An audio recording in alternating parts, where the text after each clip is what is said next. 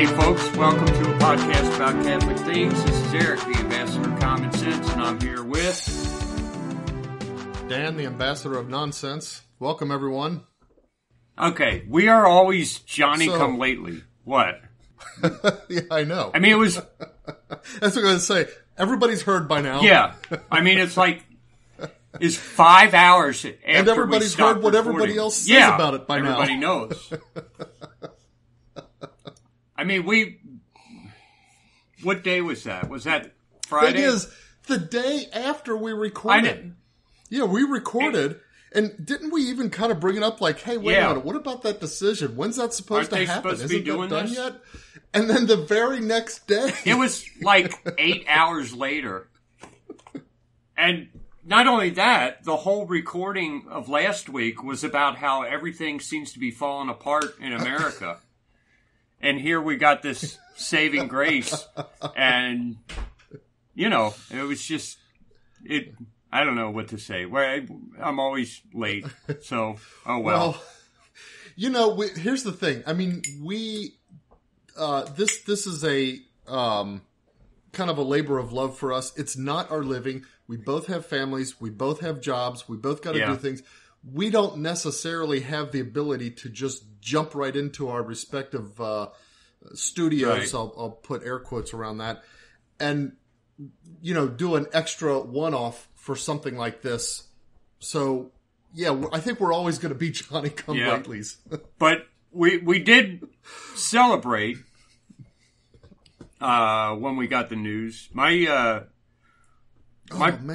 boys drove in Ohio. You can't buy real fireworks in Ohio. You have to go either Kentucky or Indiana to get them.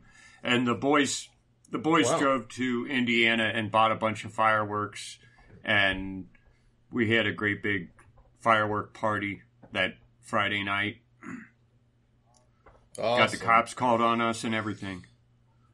Oh, did you really? The cop comes wandering up.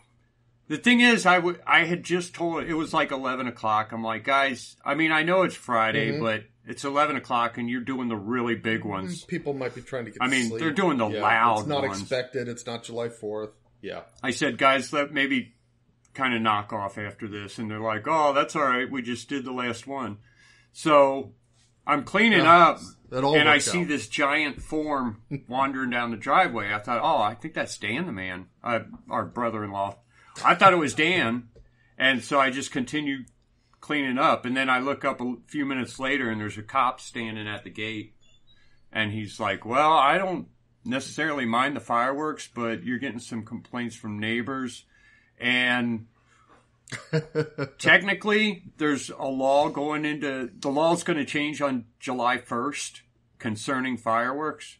Huh. We will be allowed to shoot off major fireworks after July 1st.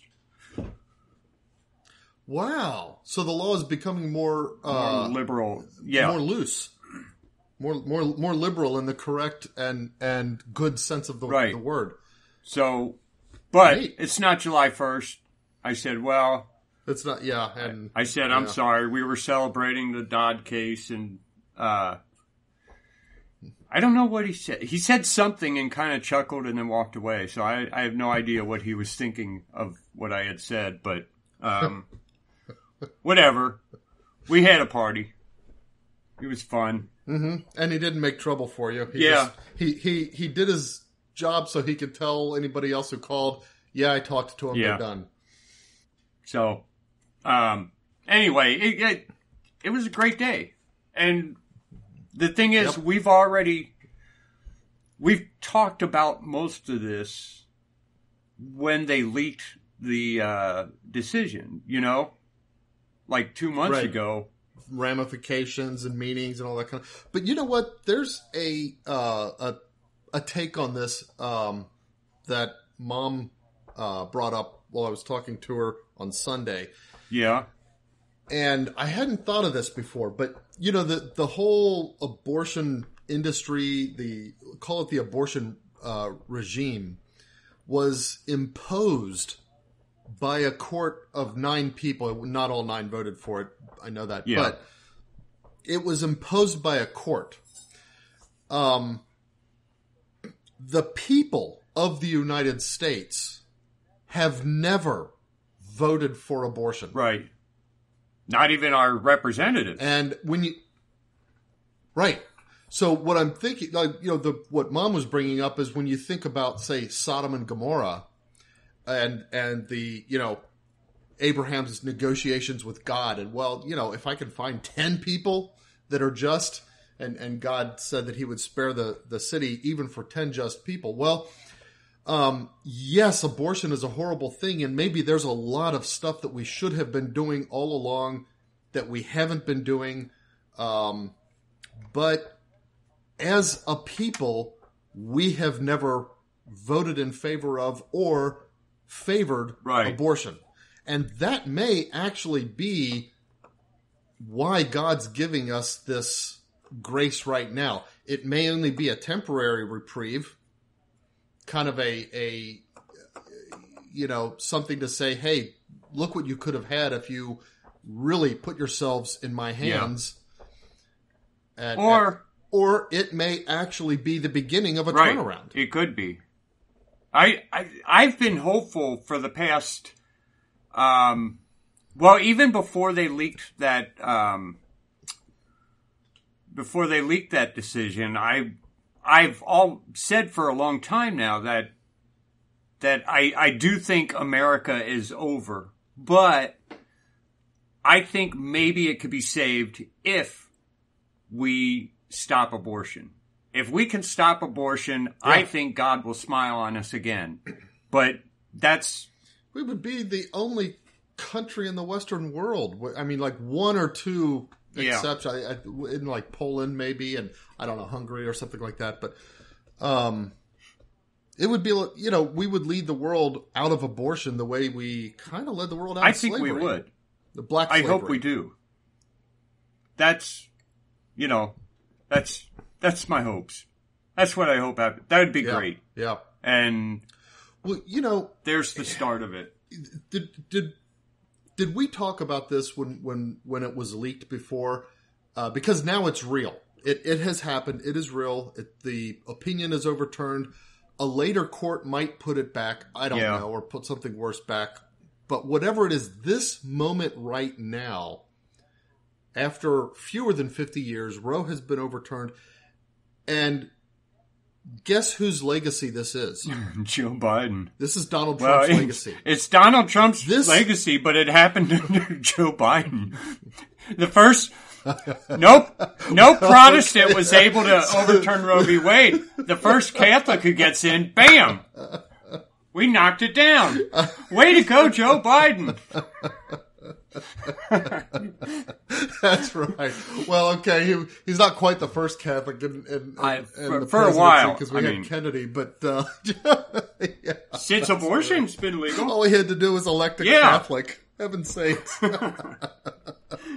Joe Biden's legacy. No, but I was just Gosh. Roe v. Wade overturned. Boom.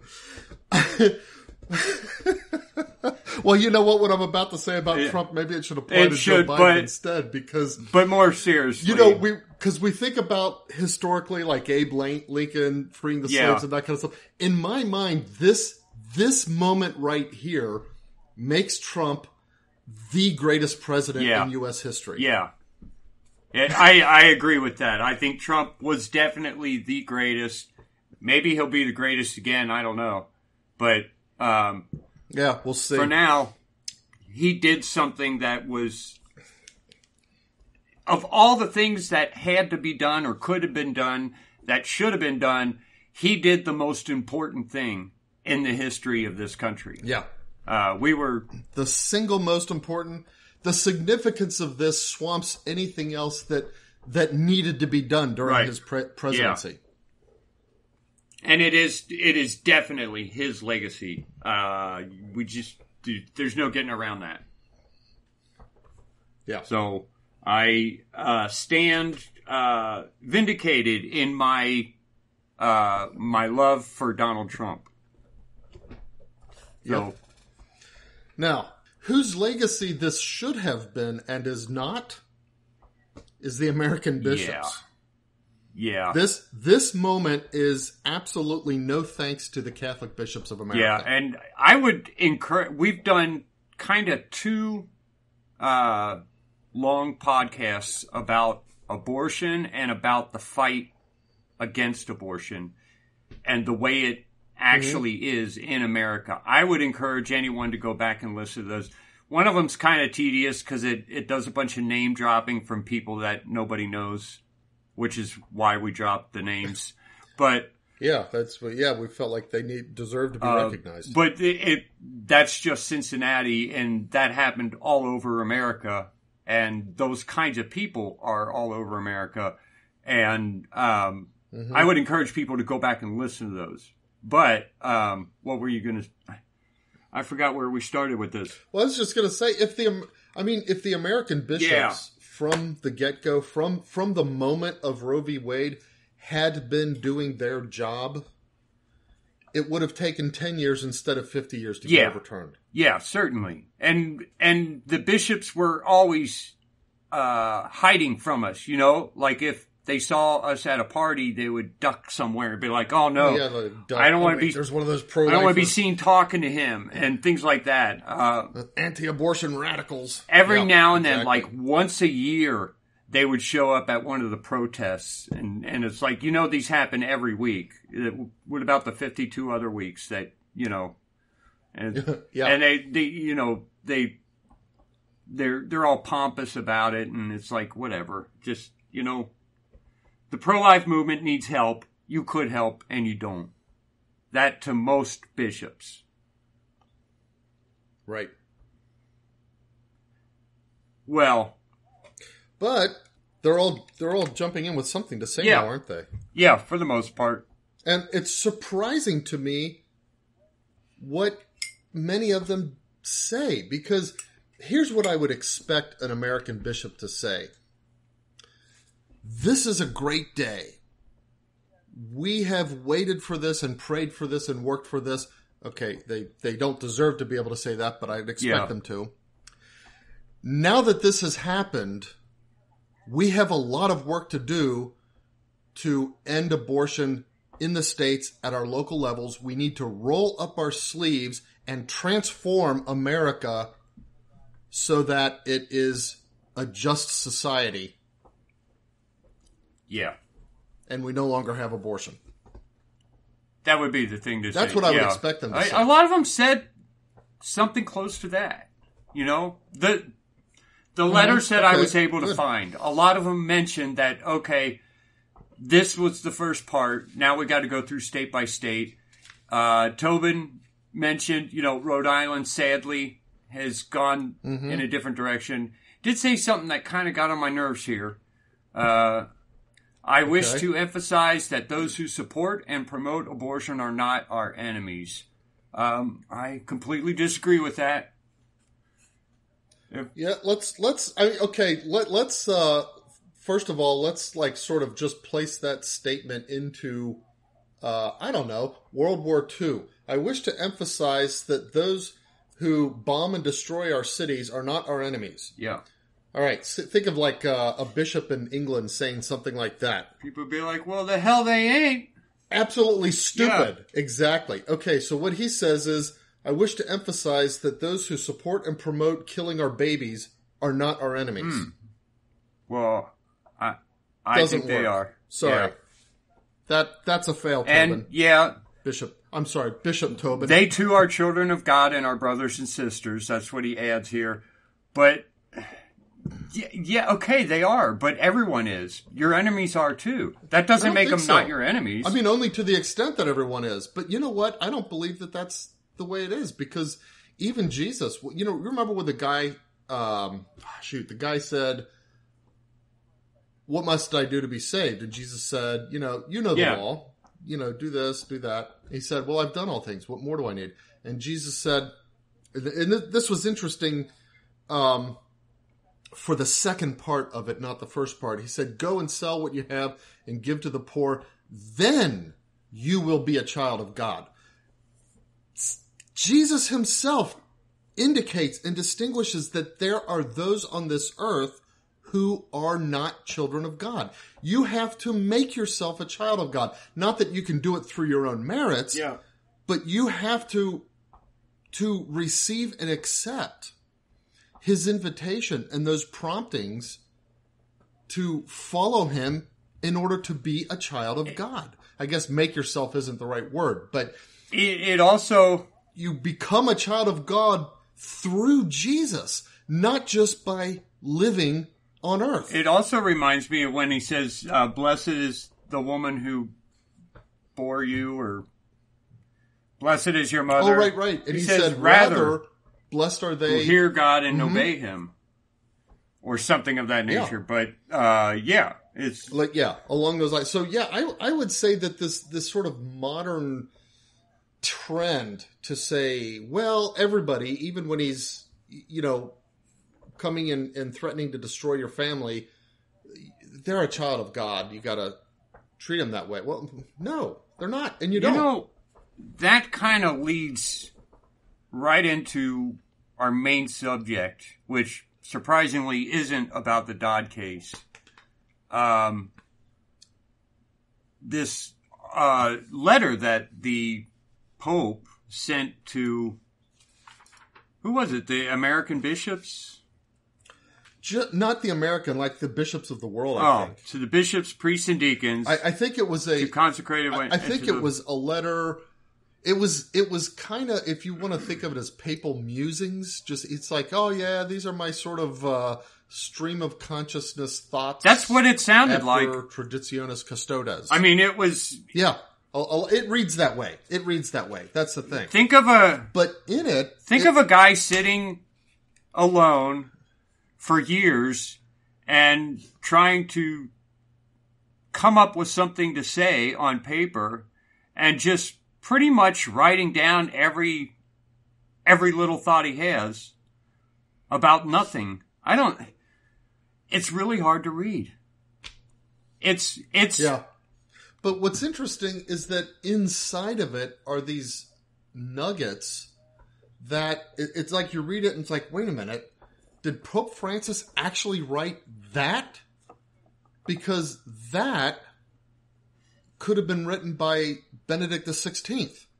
Yeah, some of them. And it's really weird. It feels schizophrenic, sort of, in its. I have not even gotten a third of the way through it. It's when we talked about talking about this letter on the podcast, I thought, oh yeah, he wrote another letter. Okay, I'll go read it. Well, no, it's not just another letter. The doggone thing printed out on my paper like 17 pages long. Is it really? I didn't even know. Full pages, single space. See, yes, I just started reading and I just kind of skipped around a little bit here and there. But like from the start, it's like paragraph 3. Peter and John were sent to make preparations to eat that Passover. But in actual fact, all of creation, all of history, which was on the verge of revealing itself as the history of salvation, was a huge preparation for that supper. I don't know. All of his... I mean, it's like... I don't know what that's supposed to mean. Maybe sort of in a way. But yeah, it's like, okay, so like everything that happened, okay, I get the call, Adam and Eve, the fall, Tower of Babel, Noah's flood, and, the Tower of Babel was after Noah's flood. But the supper wasn't the call of Abraham, and then the history of the Hebrews and all of that. All of that was a preparation, but not for the supper. Things going on in the Americas, preparation for the supper. No, I'm. But not sure. even the stuff in the Bible, it was preparation for the sacrifice. Well, yeah, the supper is just how we attend that. And actually, this is something that I've written about before. Talk for a minute. I got to get something from the kitchen. Oh, okay. I'll keep talking. So my take on this, and this is something that has developed in my mind and in my, I guess, exploration of the faith or whatever, But I feel like, I mean, yes, Jesus came to die for us. But even more concretely, he came in order to give us the Mass. The Mass is the thing. The Mass is the point. The Mass is what it's about. And dying on the cross is the fulfillment of the Mass. Almost as though the cross exists for the Mass rather than the other way around. That's what I think and how I feel about it. And that's why, because the Mass is the completion of the marriage. It's the wedding supper of the Lamb, and the consummation of the marriage of the Lamb. The Mass is where the final exchange of natures, God and man. God received our nature. Now at the Mass, we receive God's nature. And that's why the whole of Scripture opens with a marriage and then ends with a marriage. The wedding of the Lamb in Revelation, right before Christ goes out as the warrior and defeats Satan. Of course, that's his, here in the visible world, that's his journey to the cross. Well, anyway, maybe that's a deeper thing for us to explore sometime, but that's kind of how I've come to view things. Maybe if he could have said it that way. But no, the way he says it, necessary because every gift, to be a gift, must have someone dispose it to receive it. So what? He says a lot of things that just don't matter. Yeah, but he says things that are almost trite. Yeah. But then we get to certain points that just aren't true. And he says them as if they're true. And then he mentions a scripture as if that's what the scripture says. So you go look up the scripture, and it's like, well, no, that's not what it says. That's not what it says at all. It's not what it even says. There are certain things like, things like if you're going to take it literal, you might take it to mean one thing. Or if you might try to get the general feeling, you see something else. But for example, if I say, hey, everybody, come here. That doesn't mean I want everybody in the world to come here. It just means everybody I'm talking to come here. But here's the thing. Yeah. What if I said, come here, and then somebody said, he wants everybody to come here. And it's like, I didn't even say everybody. I said it to one guy. I just said, come here to my wife or whatever. So quit. Okay. Let me get into one of them. Okay, yeah, I was going to say, paragraph I'm sure 4, an example in mind. Paragraph 4, nonetheless, his infinite desire to reestablish that communion with us, that was and remains his original design, will not be satisfied until every man and woman, from every tribe, tongue, people, and nation, shall have eaten his body and drunk his blood. That's not true. So, where does it say every man and woman? Right. If you go look up Revelation 5:9, it doesn't. Which he points to, he quotes Revelations 5:9, and they sang a new song saying, worthy art thou to take the scroll and to open its seals, for thou wast slain, and by thy blood didst ransom men for God from every tribe and tongue and people and nation. In other words, there are people from each tribe that you ransomed. That, so men were ransomed from every tribe. Not every man. But not every man in just every dumb. Tribe. He does the same thing later. He says, the world still does not know it, but everyone is invited to the supper of the wedding of the Lamb. That flat out isn't true. But he mentions Revelation 19:9, and the angel said to me, write this, blessed are those who are invited to the marriage of the supper of the Lamb. Well, how does that mean every person? It doesn't mean... And in a sense, everybody's invited in the sense that God, in his salvific will, is predisposed to will the salvation of each individual person. We could say that. So many of those... So many of those reject that will...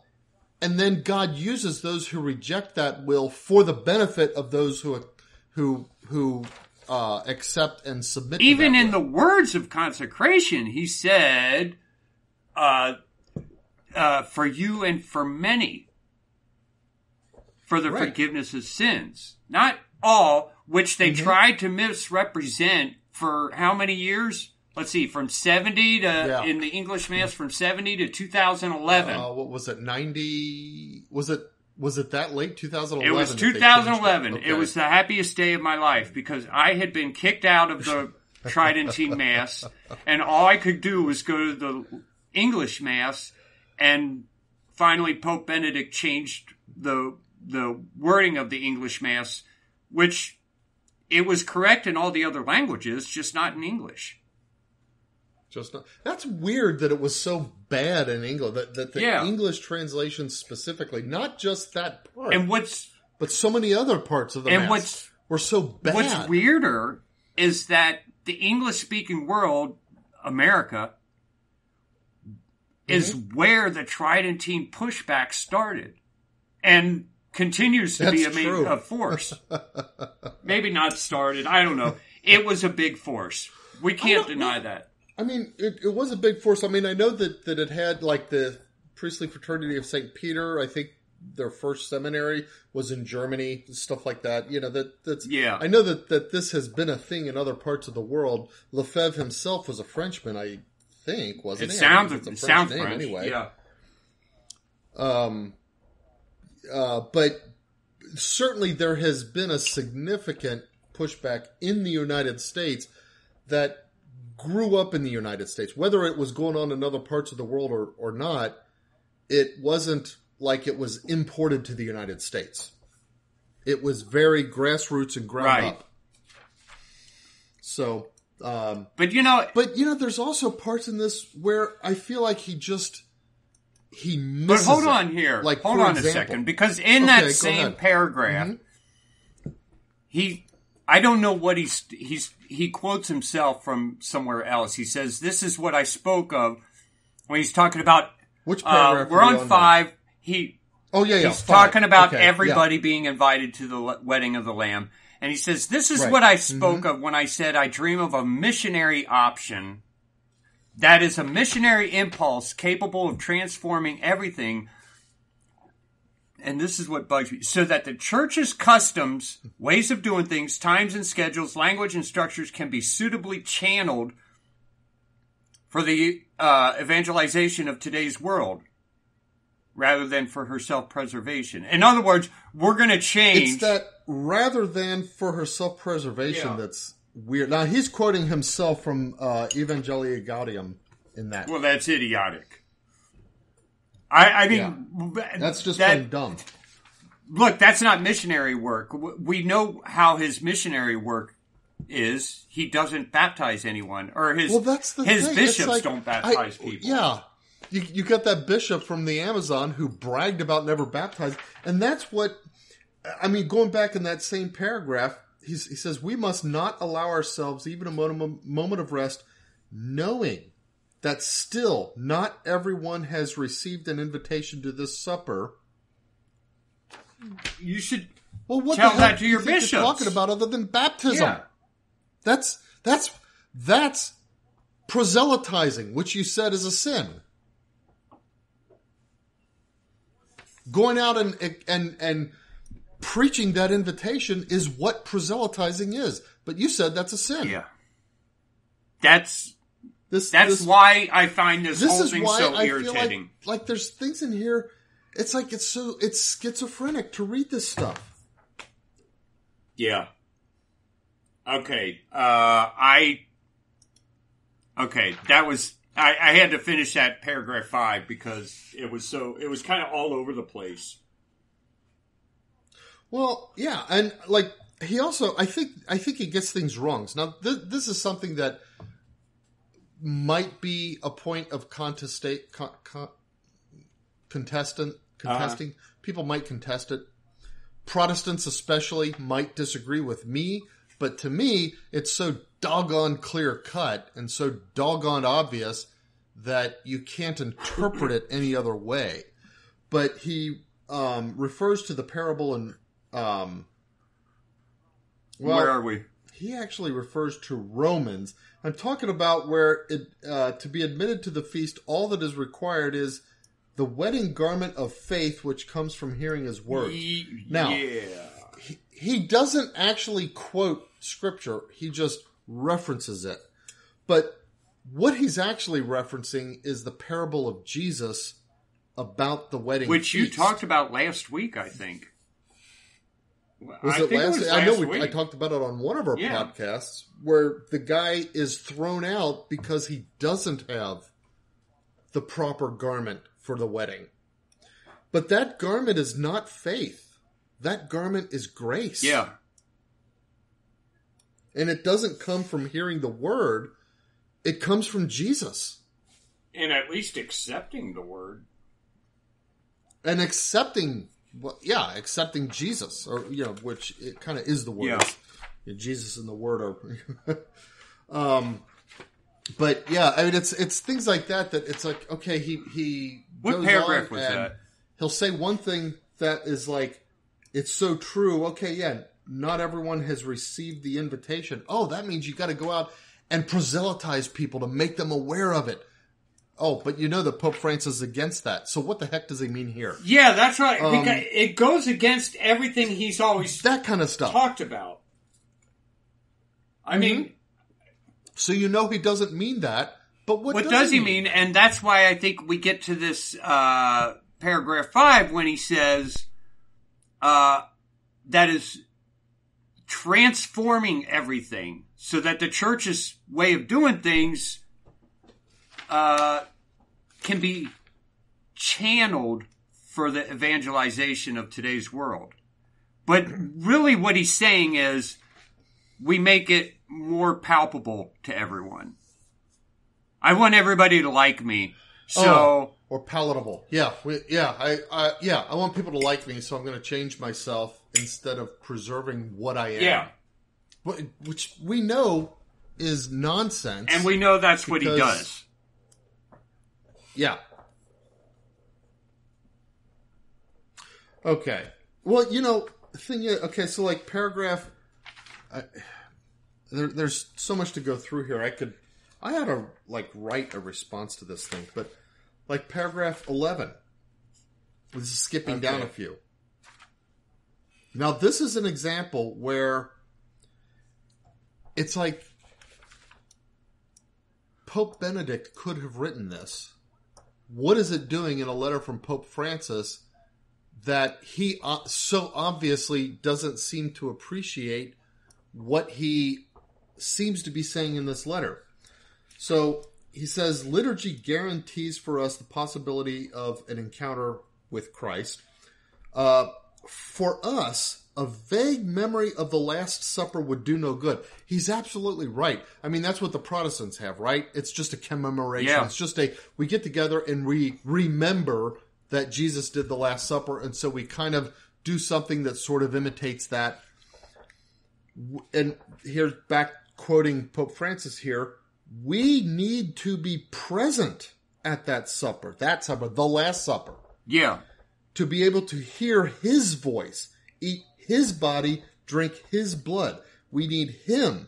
In the Eucharist and in the sacraments, we are guaranteed the possibility of encountering the Lord Jesus and having the power of his paschal mystery reach us. That's dead on. That's dead on. That's like, wow, okay, this is the whole idea of the priest acting in the person of Christ. The priest during the Mass, during the liturgy, is another Christ, an alter Christus.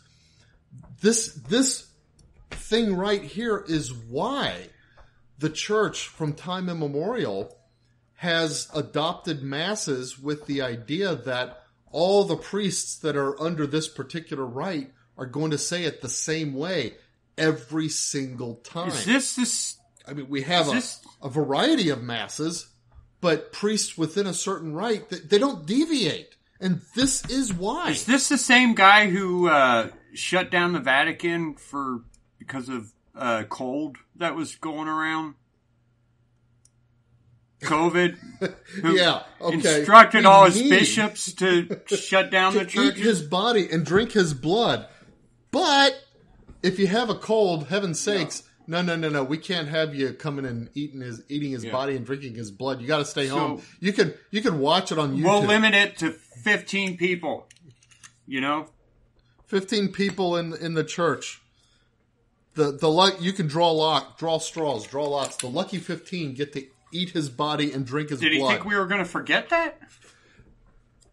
Instead of this is my body, which is, or this is my blood, which is given for you and for many, it's this is my blood, which is given for you and for few. Yeah, it's like you said, it's schizophrenic. Yeah, it's so weird because a different pope could have written this. And then, like, he goes on with, and this is even more telling. This, like, we kind of referenced this a little bit earlier, a few minutes ago. Paragraph 12, very first sentence. Our first encounter with this paschal deed. First encounter. You don't get anything before this. Your first encounter with this paschal deed is our baptism. We don't get to encounter Christ without baptism. That's, he says it right here. That sounds awful Catholic. Heaven's sakes, who wrote this letter?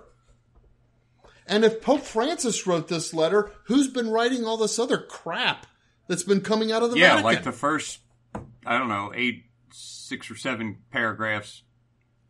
It happens within the letter. 6 or 7 paragraphs. The same letter. I know. It's like okay, is like Pope Francis publishes this letter and then somebody sneaks these things into it. What's going on here? Look, this is a lot of content, and a lot of it seems like drivel. Neither one of us have read it all. There's no way to do it in preparation for a show. But Pope Francis didn't write all this. People write these things. Paragraph 12, the whole paragraph of paragraph 12 is so spot on. It's like somebody came in and snuck it in to the rest of the letter. Yeah. Now, here's another. This is interesting because eventually he's going to get around to it. Because what's his thing that he wants to talk about? Vatican II. Oh yeah, here we go. Now, here's a case where he gets it absolutely wrong. We owe to the council and to the liturgical movement that preceded it. I don't know what movement he's talking about that preceded. He must be talking about the reforms of John the 23rd, the 1962 the Freemasons, which is what we use at the Mass. No. I think he's referring to the 1962 Missal, and you haven't seen this in Cincinnati, but I've seen it done at Holy Rosary. John the 23rd introduced what's called the Dialogue Mass. Yeah, so like at the prayers at the foot of the altar and Psalm 42. They just took that out, didn't they? The servers and the priests say back and forth. Right. Well, John the 23rd introduced the option. This is before Vatican II. John the 23rd introduced the option of allowing the people of the whole congregation to say the server's part in the prayers at the foot of the altar, for example. That's called the Dialogue Mass. I think those are the kinds of things he's referring to here. Okay. But he says we owe the council the rediscovery of a theological understanding of the liturgy and its importance in the life of the church. Not really. Maybe we do owe it to the council, but whatever we would owe to the council in that regard, we know was thoroughly ignored in the post-conciliar liturgical reform. Right. It's just not reflected in the Novus Ordo. Whatever the council said and did was not... It was... I think we've done a couple podcasts on Sacrosanctum Concilium. In fact, at some point we'll get back to, because once in a while when we don't have anything to talk about, we'll just pick that up and read the next few paragraphs. We'll do that again. Yeah, and so far as what we've gone through, the Novus Ordo does not reflect. I mean, in building the Novus Ordo, they obviously ignored what we've read of it so far. Because I can't find anything wrong with that document so far. Other than maybe it could be interpreted poorly by some people. Mm-hmm. Oh, yeah. It might be like, hey, this translation or that translation or whatever. And, I've seen different English translations of the Vatican II documents. Yeah. I don't know if there's an official one, but I've seen that there's a couple different, very... So you think... in the phrasing or stuff like that. Do you think they're very different? Nothing substantive. Oh, okay. No, nothing that would change the substance of them. But, Okay, now here's what's interesting. To me, paragraph 19, and my son, I don't know how he finds all this time. Probably because he doesn't have a job. He finds all this time to read. But he's the one who brought this up to me. And this is really the last thing I have to talk about because I haven't gotten any further in this letter. Yeah. But paragraph 19 is interesting. I'm just going to read it verbatim up to a certain point. If Gnosticism intoxicates us with the poison of subjectivism, the liturgical celebration frees us from the prison of a self-referencing nourished by one's own reasoning and one's own feeling. That's kind of gobbledygook. Yeah, I was going to say, I'd have to think about that for a while. Frees us from the prison of a self-referencing nourished by one's own reasoning and one's own feeling. Okay, but here's what's interesting about that. If you parse that out and spend the time to, you read it 18 times over to where it actually begins to make sense of as a sentence. And then you go on. The action of the celebration does not belong to the individual, but to the Christ Church, to the totality of the faithful united in Christ. I'm going to read that again. The action of the celebration, we're talking about the Mass here, does not belong to the individual, but to the Christ Church, to the totality of the faithful united in church. And here is the punchline, the $64,000 whatever.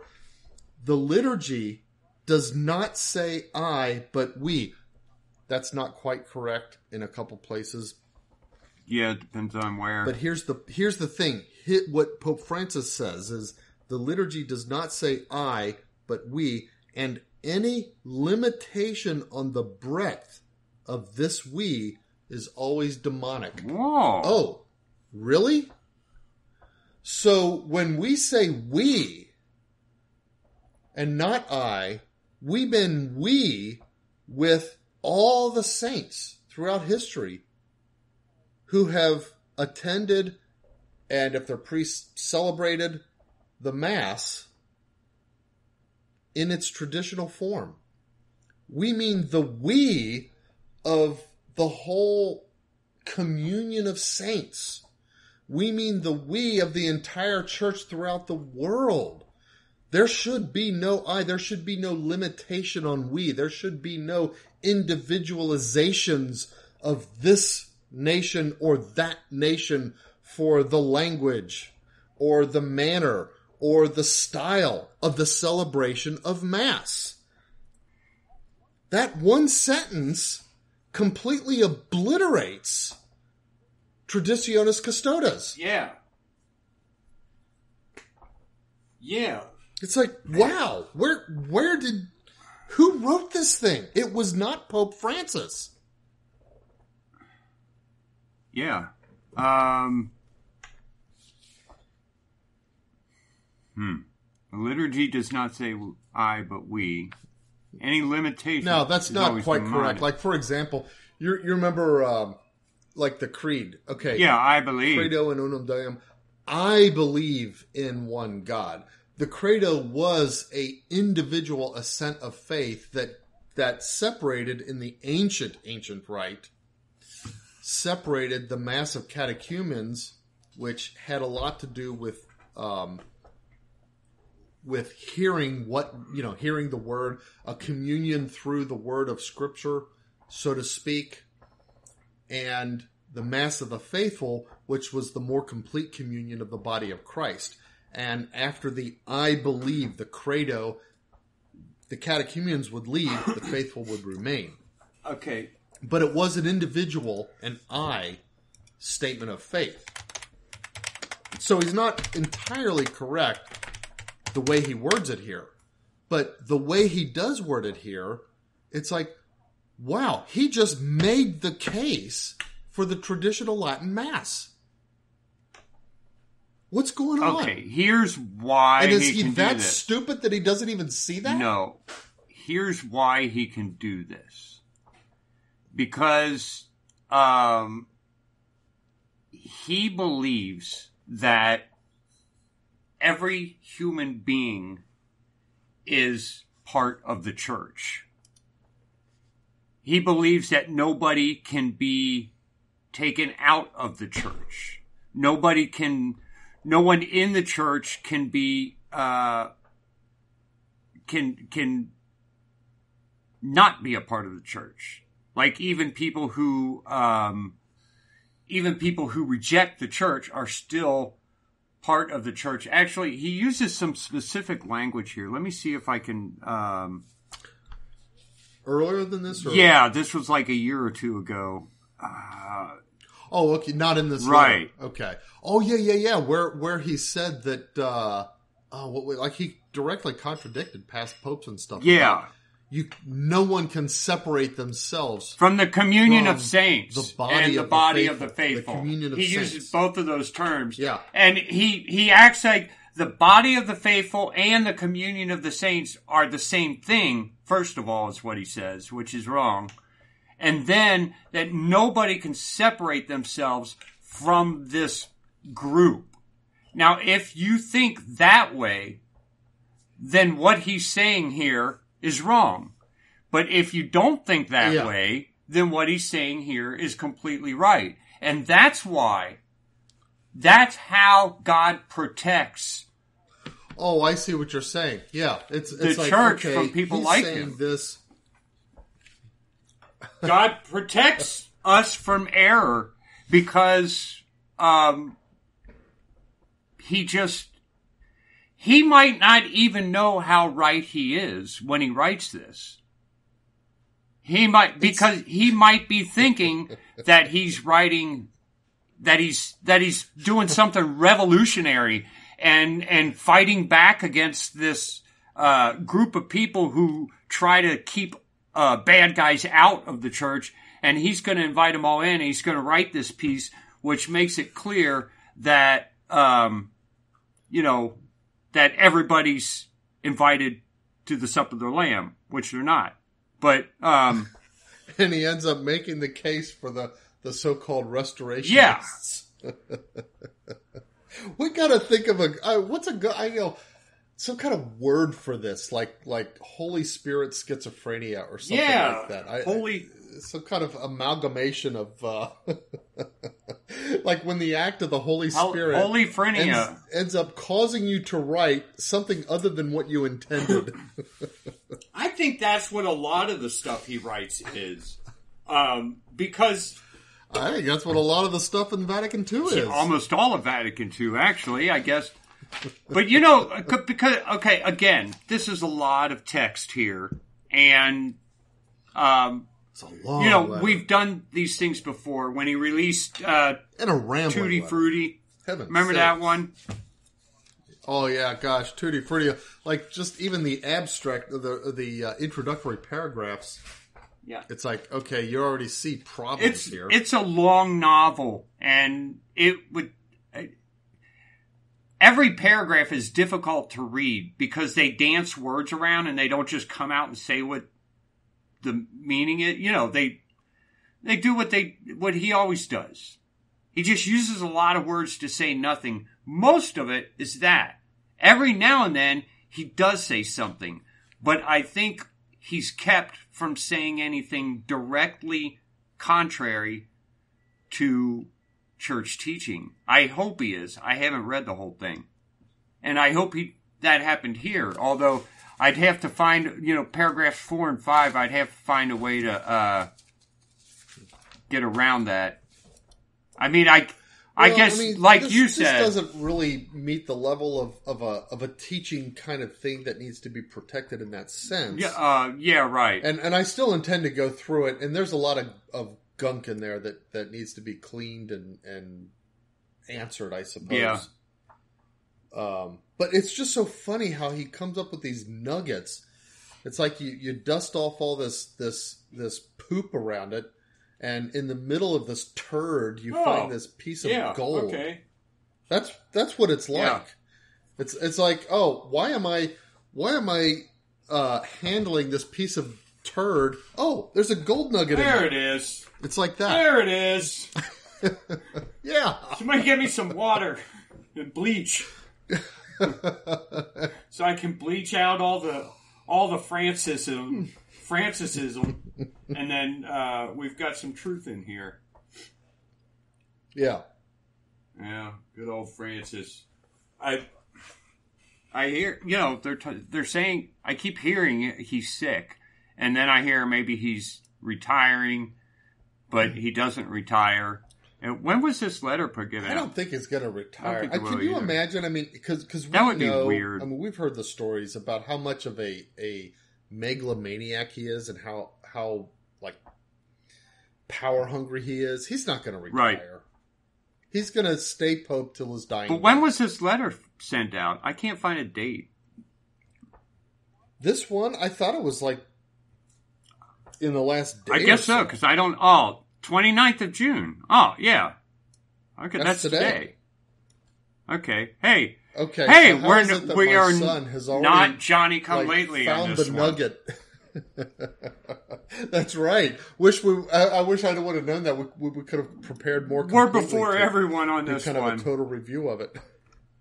I like that. We're never before everyone else. We're always the last. I know. Nobody has talked about this. Like I said, I heard it from my son, not from some other podcast by Timothy Gordon or Taylor Marshall or anybody like that. Okay, what apostolic letter? You pronounce that because I'm not going to be able to say it. Okay, I'm sorry. I will pronounce it, but I need to go find it. But I'd like to see. It's at the top of the letter. I have the printout. What I printed out is not. Desiderio Desideravi. I don't know if that's Latin or Italian. That might be Italian. That probably is. I wonder what it means. Hoc Pascha Mundicare Vobiscum. Okay. This Paschal world. To antiquorum partiar. I crave something. Latin detected. Google says I crave. Desiderio. I have desired Desiderio. I have desired Desideravi. I don't know. Hoc Pascha. This. Manducare, this Paschal Manducare, Vobiscum. Vobiscum is with you. I have desired to eat this supper with you. Yeah, something like that. Before my death, or something like that. Patiar. Yeah, because that's the first one he talks about in paragraph 2. I have earnestly desired to eat the Passover with you before I suffer. That's what that is. Okay. That's okay. All right. That's all that is it's probably the Italian that we're reading though, instead of the Latin. Well, Google thinks it's Latin. It might be, okay, maybe it's Latin then. I mean, it has Latin endings and stuff, but I thought Latin and Italian looked similar, and I didn't think this Pope liked Latin. I think all the Romance languages and Latin look like Latin, except for French. French looks fruity and stupid. I am so okay. Like I do those crossword puzzles, and then I don't mind cheating when they start putting foreign words in there. Because I'm so not... I don't know any. I don't even know the ones that everybody says. You know, like when I'm reading a book and it'll throw out some quotes like "c'est la vie." I don't know what "c'est la vie" means. I have to... If I cared, I would go look it up. But so when they do that in a crossword puzzle, what that means to me is that he couldn't make that space say anything, so he just chose those letters and figured out which foreign language they meant. Yeah, you can Google those letters and you'll be, oh, this means this. And I think that's what happens most of the time. Okay. So I don't mind cheating when that happens. But because I think they cheated when they wrote the crossword puzzle. But anyway, that's how I am with foreign language. I don't know. It's all nothing to me. So, I often wish that I had spent time learning any one of the foreign languages that I took to get through high school, but I never did. How many different foreign languages did you take? Okay, Spanish, French, and what else? French, yeah, and Latin. You took French? Wow. Well, my sons have discovered this book that does Latin in a wholly different way than whatever you did when you took Latin, I guarantee. Yeah. And they think it's a really neat thing. Charlie's been doing it and John's been doing it. Those are my sons, for those who don't know. And in fact, Charlie, he just recently ordered and received a Latin Vulgate Bible. I think it has like the side-by-side Douay Rheims. Yeah. But this thing, I think it's like a Lulu thing. What's Lulu? Oh, like somebody... Well, you know, the self-publishing? Okay. You know Lulu. You're a publisher. You know Lulu. I've done Lulu. Like that. It's that kind of a thing. If you're trying to make me think that I have a chance of actually learning Latin because your son Charlie, you're way off. I know his son Charlie. Maybe not you, but hey, anybody out there? I mean, his son Charlie. I know I'm too old, but anybody out there, if you're 20 or 30, if one of you three listeners out there is 20 or 30 and thinks that, oh gosh, Latin, it seems so hard, there may actually be a way for you to learn it. Charlie is beyond genius. If he reads something 10 years from now, he'll repeat it back to you word for word. His programming skills are just beyond belief in every language that he tries to. That's the thing. You know what? BS. I knew 3 different languages. I don't know why I say that. I do know. I am bilingual or trilingual because I know HTML. I know a lot of PHP. And, well, I guess it goes with PHP, but the SQL commands and stuff. Oh, right. So there's... Yeah, but SQL is hard. It's a different kind of language. It's a different kind of... But it goes... Either way, there's 3 languages that I know besides English. Okay. Yeah. So, guys, you're listening to a polyglot here. But how did we even get into this? We were just trying to figure out what this says. At the beginning, Desiderio Desideravi. I have desired to celebrate this Paschal mystery with you. Okay. Well, that's what we think it says, or that's what we think it means, and that's how I will label this podcast, is that... Oh, there you go. I have to know what to call this, when I'm writing all the copy and stuff like that.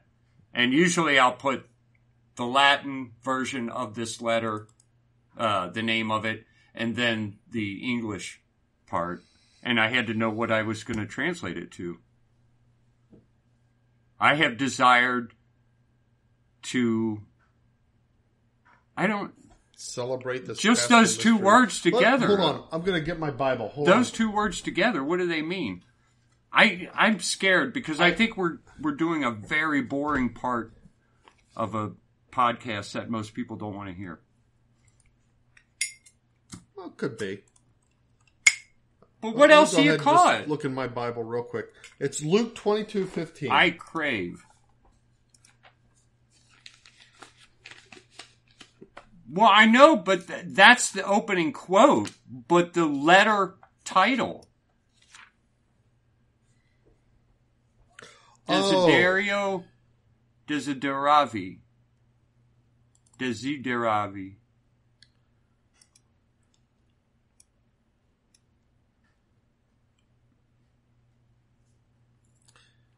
I have.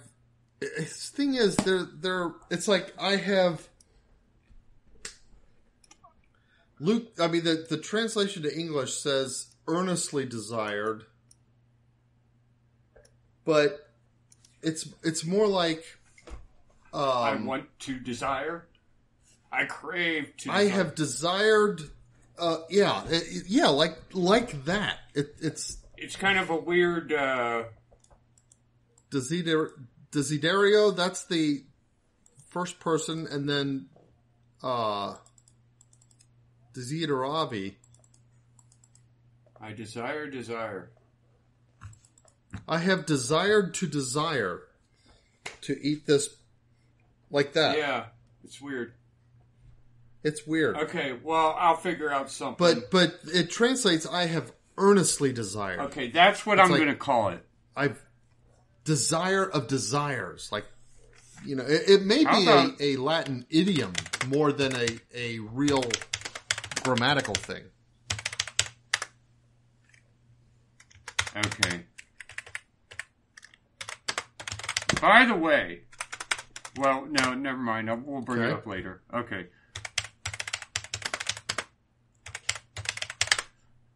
Okay, so I guess, are we done talking about it? I don't have anything further on this. I haven't been able to get further in the letter. Yeah, okay. I'm sure there's a lot more to talk about at some point. Yeah, okay. Well, I guess we can get to the news.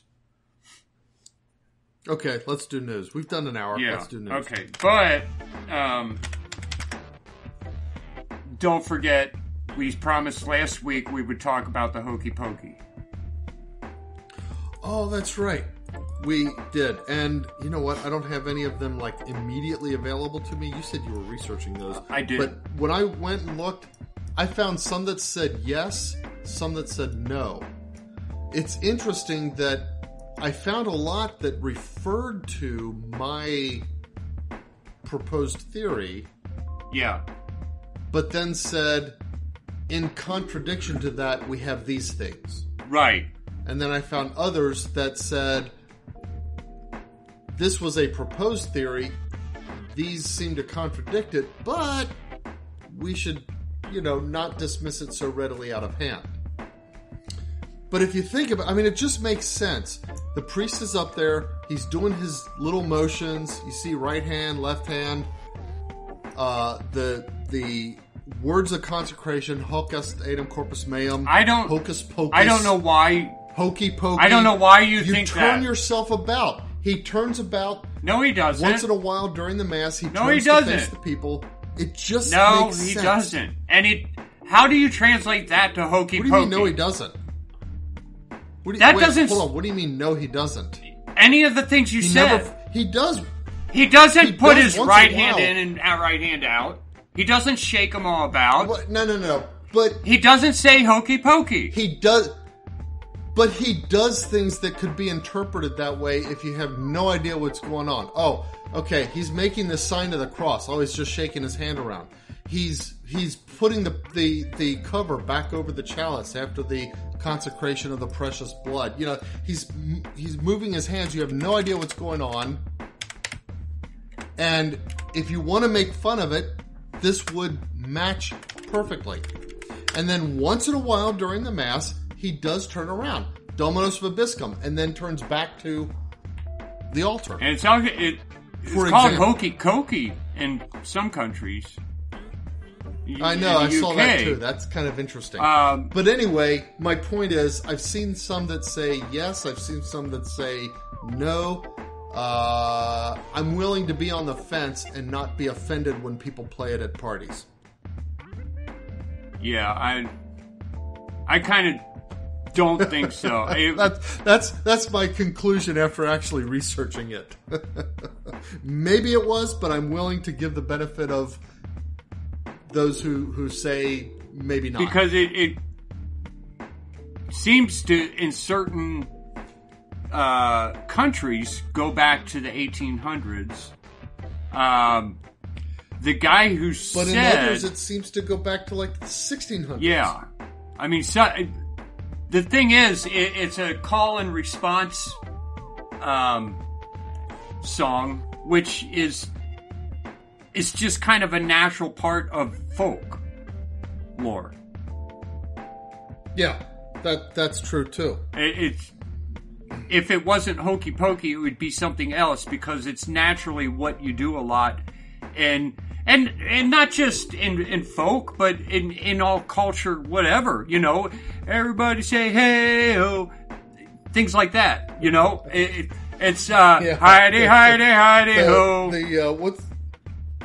Well, yeah, but that and what's the other one that they always play at the hockey games, the Hay Song or whatever it's called? I don't know. I don't go to hockey games. Oh, okay. I have been to one. It replaced the Queen song "We Will Rock You." Oh, okay. Yeah. You know, they used to sing that all the time. Yeah. But okay, so it could be just one of those. So, like I said, doing the research, inconclusive. I read the claim that it was a mockery of the Mass, and I still believe it works. If somebody wanted to mock the Mass, they could have come up with something very close to the hokey pokey. Yeah. If they wanted to have like a popular mockery. But I've also read enough to decide, you know what, maybe not. I'm not going to be offended by it. That's a good way to be. Because they play it at every wedding. Well, you know what? No, they don't. I've been playing it a lot less. Did we play it at your son's wedding? You know, the thing is, now they've got that stupid... I would rather they do the hokey pokey than that stupid dance little bird thing. Oh, do.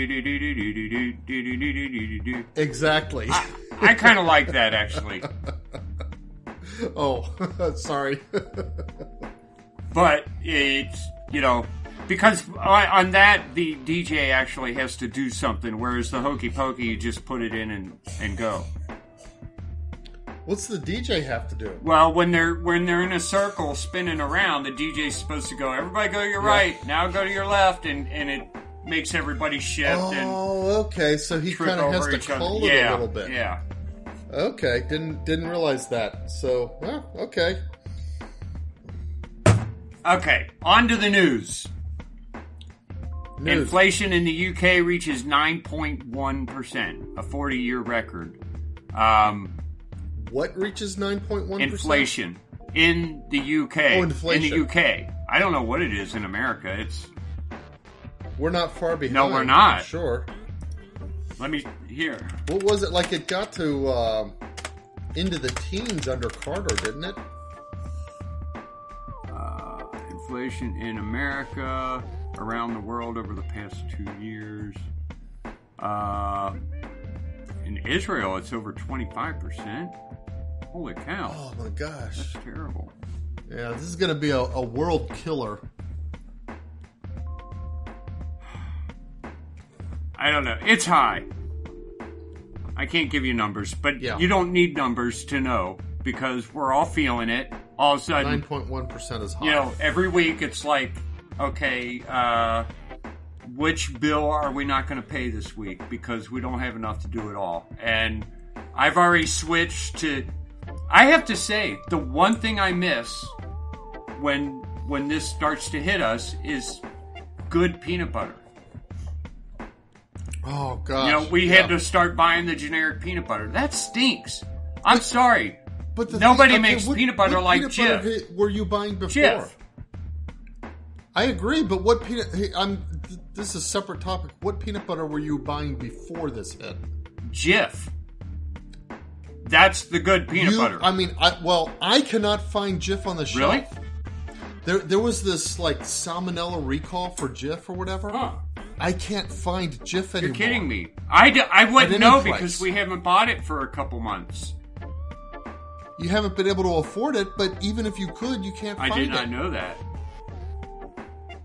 That's what's kind of... I mean, this plays it... You brought it up last time about how they seem to be just closing down food plants. Yeah.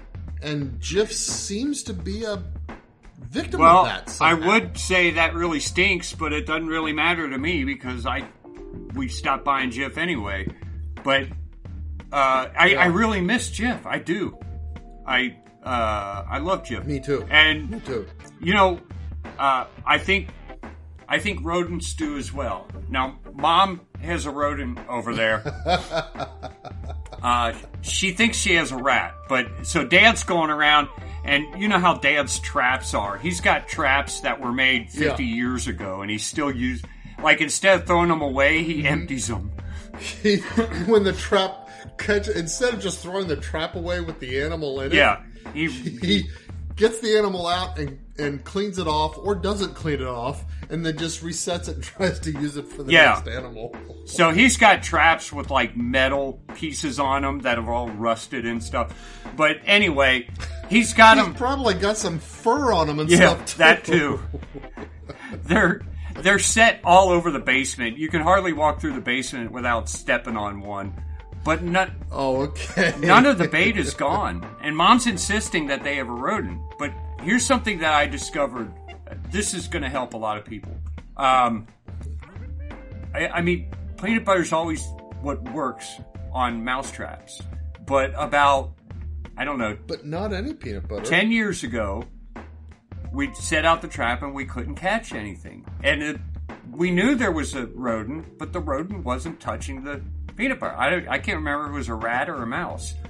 And I was like, I started thinking, I was like, this is back when they outlawed trans fat in all the foods.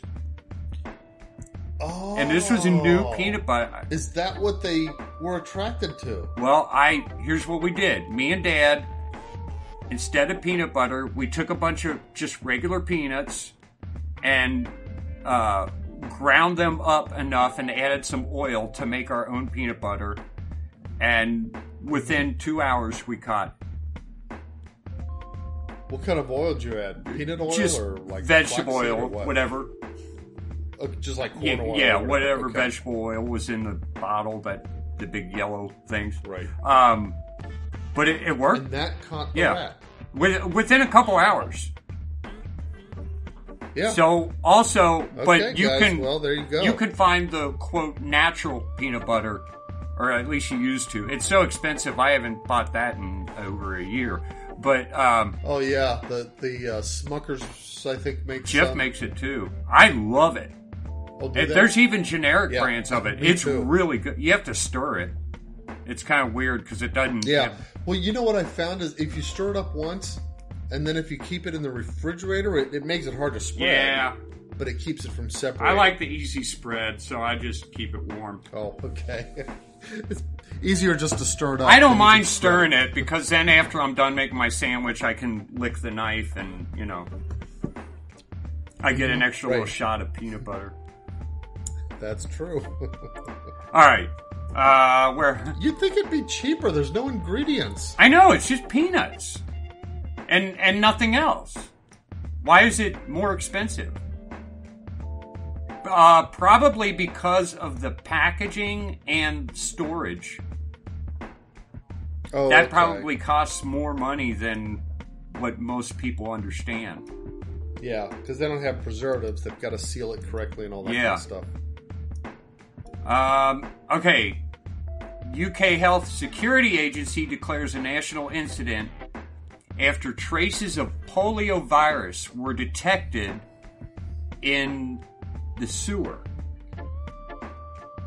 So now polio is like the one virus that we have completely eradicated is smallpox. Yeah, hold on a second. I thought polio was along those lines too. but maybe not. Mom texted me. I'm just answering her real quick.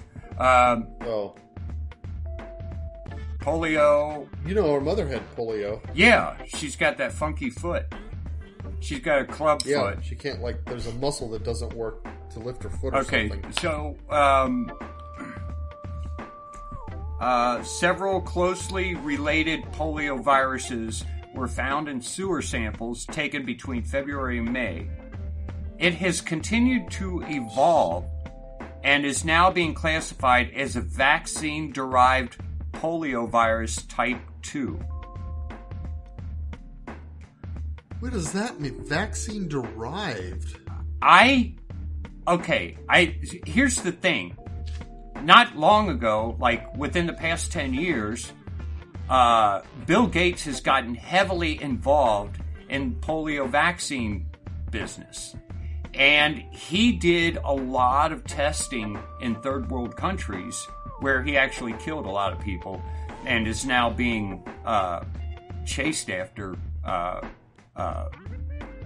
the law because of these dangerous tests that he was committing against third world citizens. I wonder if this has something to do with this. I guess if polio wasn't completely eradicated the way smallpox was, because right. Nobody gets a smallpox vaccine anymore. Right. Then maybe, yeah, But in third world countries, polio is a problem sometimes. There is still polio, but he somehow got into this thing where I'm going to vaccinate everyone. I think his main game here is, let's face it, what happened in the real world. I know Linux people and Apple people will not admit this, but in the real world, in the computer world, if you want to use a computer, you have to use Windows. It's just how it is, in your business or whatever. I know that there are plenty of servers that aren't run on Windows, but in just most real world, if you don't know a whole lot about computers, you got to use Windows. He did that. It was he used a lot of people. If you go watch the movies about how he did it, they leave a few things out. He's not as cool as they make him out. He used his mommy to get into IBM, things like that most people don't tell you. But he did it, and we need it, and we need his product to use a computer in a business setting anymore, or at least we did for a long time. It's kind of slipping now, but because of cell phones and stuff like that. But I think he's trying to do that in a different way. He's trying to do that medically. Oh, okay. We need his product. You don't need my product to not just to conduct business. You need my product to live. Yeah. This is Bill Gates' game. He's also a population freak. He thinks most of us should be dead. And he's come out and said it. So, he said that I think the way to get rid of most people, the way to bring down the population is to vaccinate people. Holy cow. Now, it's like use the vaccine programs as a sterilization program? That's not what he means. That's the thing. It kind of bugs me because people like us will use that quote to say, see, he's trying to kill all of us. What he means is when you have healthy families, they tend to have less children because they're not worried about the kids dying before they can take care of them when they're old. As income goes up, which is kind of a third world problem. People in first world countries think, "Oh, I don't need kids to take care of me. I've got the state, I've got Social Security, I've got the." That's why he's focusing all of this stuff on third world. That's what he says. I don't believe him for a second. Yeah. I think he's testing. He's using the third world as guinea pigs, and he's causing a lot of problems in a lot of countries. You can find a lot more about that from people like James Corbett. Again, I don't subscribe to everything he says. He generally checks his facts.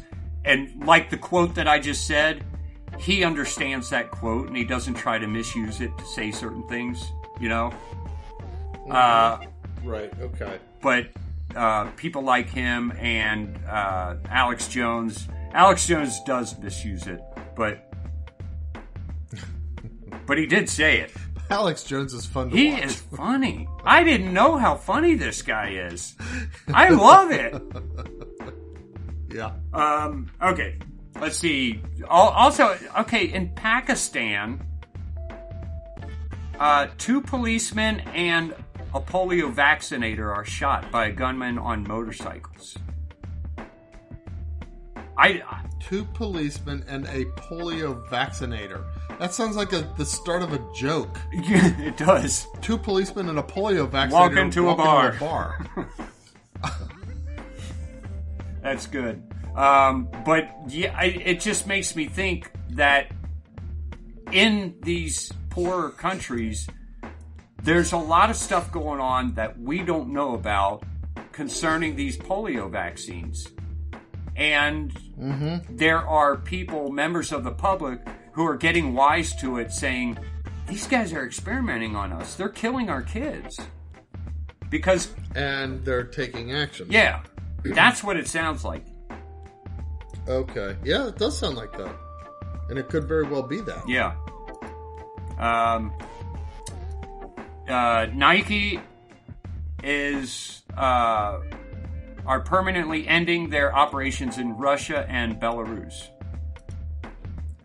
Is this in response to the whole Ukraine war thing? Yeah, that's dumb. Nike? Yeah, that is Those dumb. people are disgusting. I mean, you want to talk about slave labor. Not only aside from the fact that they're Nike communists. will have these slave labor camps in China, and they're ending their operations in Russia? And they're so anti-American anyway. I'm sick at the idea that Americans still buy their products. Yeah, we shouldn't even see Nike on the shelves in America. Yeah, anymore. It's a shame that Americans are that just nonchalant about these really serious things. Like, so what? I'm just buying a pair of shoes. Well, buy another pair of shoes. They're it's trying stupid. to kill me. They're not my enemy. Yeah. Tobin. Those who support and promote abortion are not our enemies. Those who support and try to kill the American economy are not our enemies. New York becomes the first jurisdiction in the U.S. to distribute smallpox vaccine to people who are at risk of... Oh, wait a minute. I wonder if this is a... Wait a minute. What do they know that we don't know? No. Okay. Reread that. I gotta think this is a typo. New York becomes the first jurisdiction in the United States to distribute smallpox vaccines to people who are at risk of contracting the monkeypox virus. Oh, okay. No. That could be. Okay. Because do you remember how... maybe you don't remember, but when smallpox was a thing, and there was a concern about it, but there was also this virus that was carried by cows, transmittable to humans, called cowpox. Mm-hmm. And cowpox, I think the way it worked was that cowpox was less lethal than smallpox. Well, doctors would talk to people, and it's kind of like this idea of cross immunizations. Yeah, was a sort of grassroots thing. Doctors would talk to people. I think, like, you know, the guy who discovered the smallpox virus. Yeah, was among them. And he would express concern, and somebody would say, "Oh, I'm not worried about that. I've had cowpox." Okay. Like, wait, is there something to this? And so it could be a similar thing. Okay, we have a smallpox virus. could this protect us against monkeypox? That might be a legitimate thing. Okay. Well, anyway, they now have, in New York, they opened the first monkeypox clinic in the United States.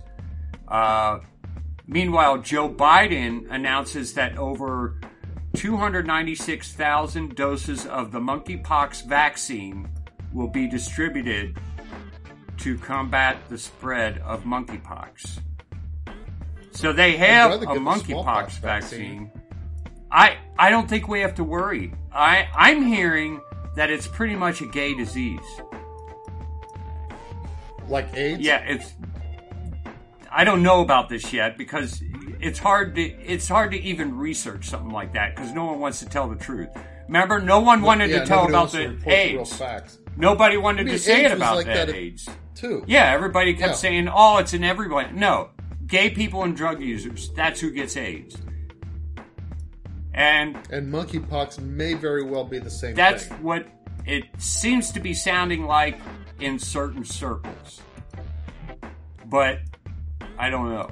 The CDC announces that they will activate an emergency operations center for monkeypox. I don't know. This might be getting dangerous. Well, for the vaccine? This might be turning into a dangerous situation that they use to force Americans to vaccinate. Another COVID scam. You know, I think that's what this is coming to. Because they're reporting all kinds. Because the COVID thing didn't work. Yeah. I mean, a lot of people got wise and said, I ain't getting that. Right. Yeah, there was a bunch of people who didn't get vaccinated.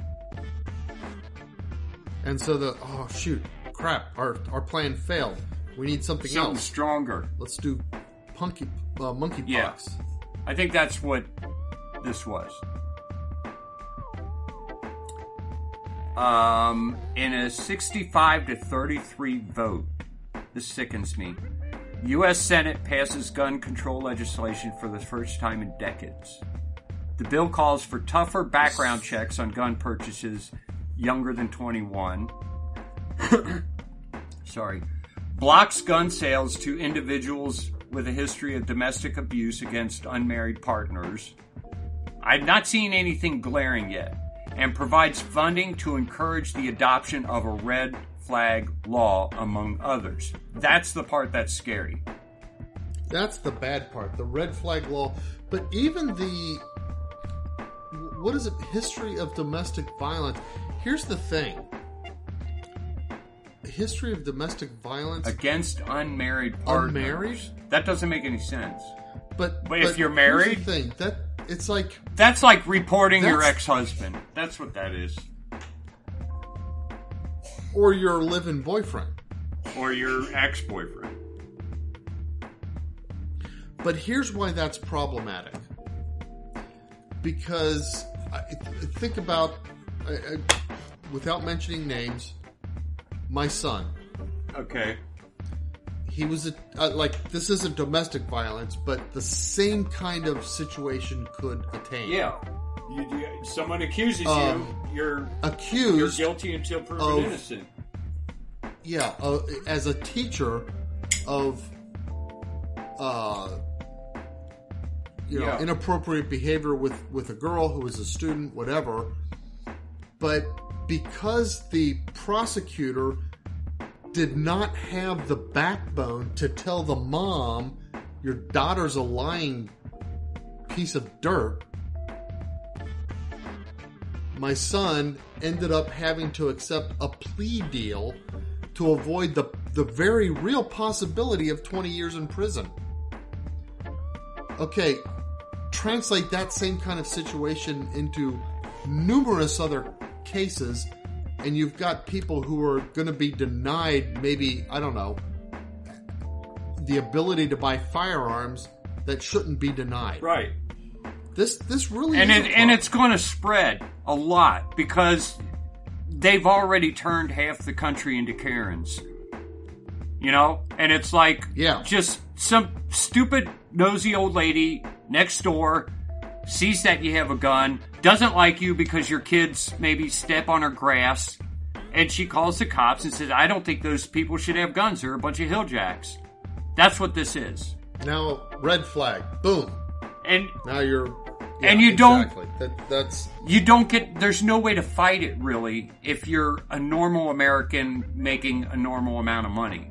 You know, you're busy trying to provide for your family. You can't spend all your time trying to find a way to get into a court and do that. It's like, am I going to feed my kids or am I going to hang on to my firearm? Yeah.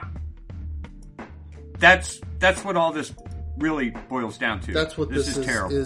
I think maybe it's actually designed for this a little bit. Think it is. I think this is designed to get people to tattle on each other. This is Nazi type stuff. Yeah.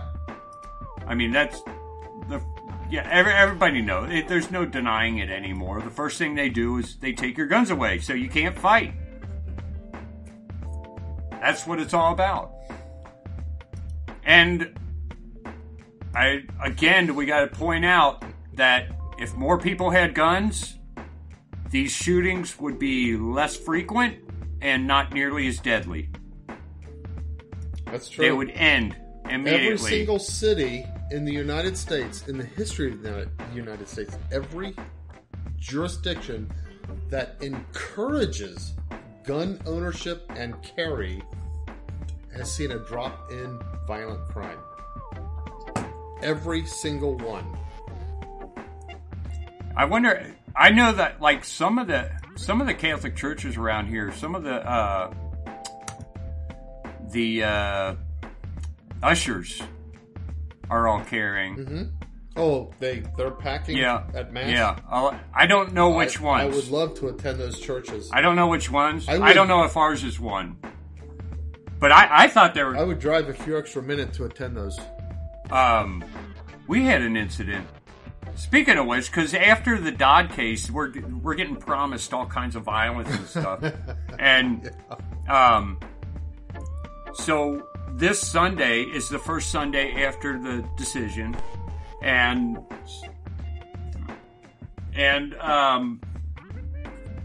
you kind of got that in the back of your mind. You're driving to Mass, especially a Tridentine Mass, and you're thinking, is something going to happen? But this time, I had the normal group of teenagers that go to Mass with me, because we do a big breakfast afterwards. Some of Danny's kids and some of Danny's kids' friends had also come to town. So I've got, like, I don't know, about 10 or 15 in our group, somewhere in there. And most of them are young men. And I'm thinking, wouldn't that be weird if something happened this time with all these young men here to fight it, to do whatever needed to be done? So I'm going into the parking. The way this church is, it's got these tiny little parking lots. It's hard to find a parking space. So I drop the kids off. I got to go park the car, come running back. I'm dropping them off, and I see the usher, who happens to be my uncle, look inside and suddenly run inside as if something's going on. And I'm telling the boys, I'm like, all right, get out. I think there's something going on in the church. I'm going to run and park this real quick, and I'll be right back. So I I drove down and parked, and I'm on my way back. I see other members of the, parish getting out of their cars. I said, something's going on, because by now I can hear some yelling. So I'm running all the way back. It's like two city blocks maybe. And I get there, and I'm in really bad shape physically. So by the time I get there, I'm like, all right, I'm ready to fight. I'm actually looking forward to it, because I thought I was going to be like a YouTube star, and I can, or it gives me the chance to take out some frustration. You never know. If it's a bunch of guys starting trouble, you get to fight back once in a while, and it's nice. But that's not what it was.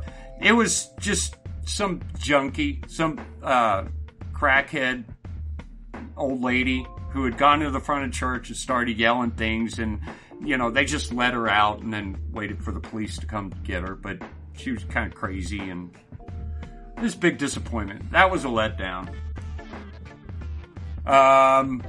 Yeah, the thing is, though, I mean, you're talking about Old St. Mary's, and that is in the sort of like ghetto Rhine area of Cincinnati. Yeah. I don't think those are the areas that any of these people are going to be doing stuff. In fact, probably not. I think a lot of these people who would be starting that kind of trouble would be afraid to go into those areas of any city. Yeah. Yeah. They would go to the you know, they're going to go to the richer people where they know that the people who are in the churches are the kind of people that are afraid to confront anybody. And the kind of people who wouldn't be carrying guns. Yeah, exactly. Yeah. So, they're suburbs. It's kind of ironic. The kinds of places that they're going to go and attack. Now, here's the thing. It's awful because the body of our Lord is still there in the tabernacle. Right. But the kinds of places they're going to go and attack are the kinds of places who are the least effective against the whole abortion industry anyway. The kinds of people who deserve it. Yeah. So, okay. By the way, I'll clarify. So, like, Eric, is talking about my kids. When we do our introduction, I'm Dan, the ambassador of nonsense.